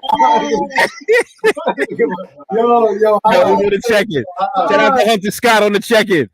Shout out to Darryl Grady. Shout out to Newt Network. Shout out to Zine. We got Zine. This nigga got his snapback on to the last button. Yo, y'all niggas is funny, yo. You tried to turn it on. What kind of hat is that? I don't know. Yo, Haas, you should see the he got on right now. Say it again. An assistant coach. What he got? What he got? Chinos? What he got on? He got on some Adidas sweats that never came out. Y'all niggas is stupid. Yo, listen, nigga said Zay just signed the nigga said Zay just signed the overseas contract with DOT. The Staten Island Ferry Terminal. That's what you got. Yo. Tuesday and Friday at CYO. Yo, Haas. Yo, love y'all. Yo, Zay, what's up? Tell the brother say it back with his finger wave. Yo, shout out. Yo, y'all are crazy. Shout out to everybody that tuned in. Shout out to my family. Yo, Zine, what up, baby? Love it. Well, shout out to my man B. Shout out to everybody that tuned in. Thank you. We appreciate y'all. Thank you for riding with us. And we're gonna keep rolling out these episodes. And that's crazy. We're gonna announce who we got this Saturday, Thursday too. We got another special guest for y'all too, bro. We keeping them coming. Man. Shout out to Hassan Johnson on the check-in. Johnson, legend. Look for the weekly motivational video coming out this Friday, man. Got something for y'all. That's a fact. I like that. Cemented in your ground this week. We dropped this week. Cemented in your ground. I said ground. And whoever got Listerine, send it to Zay because his shit is kicking. Love it. We need that sponsor. We need a Listerine sponsor. Play that intro. Y'all be easy. Yeah, y'all be easy. Yo, one second though. What's good? I say he look like Klay Thompson. Yo, I guess it's the light skin thing, right? And then I killed him when I said he got on Adidas sweats that never came out. we the Splash Brothers. The Splash Brothers. We riding out.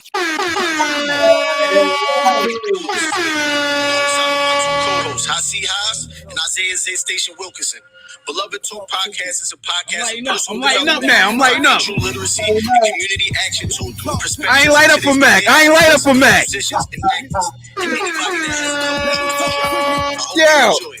let me talk to you. Yo. Let me talk to you. Beloved Talk Podcast. Beloved, let me talk to you. Let me talk to you. Beloved, let me talk to you.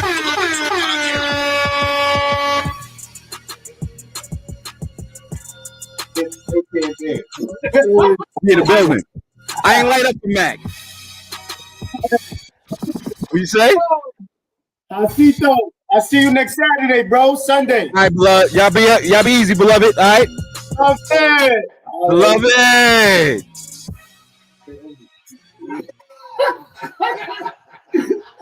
Yeah, I'll take this on. Beloved, we out. It's HOTSEAThaas, Beloved Talk Podcast. Peace to everybody on the check-in. You got all that, right? Peace out. Creative.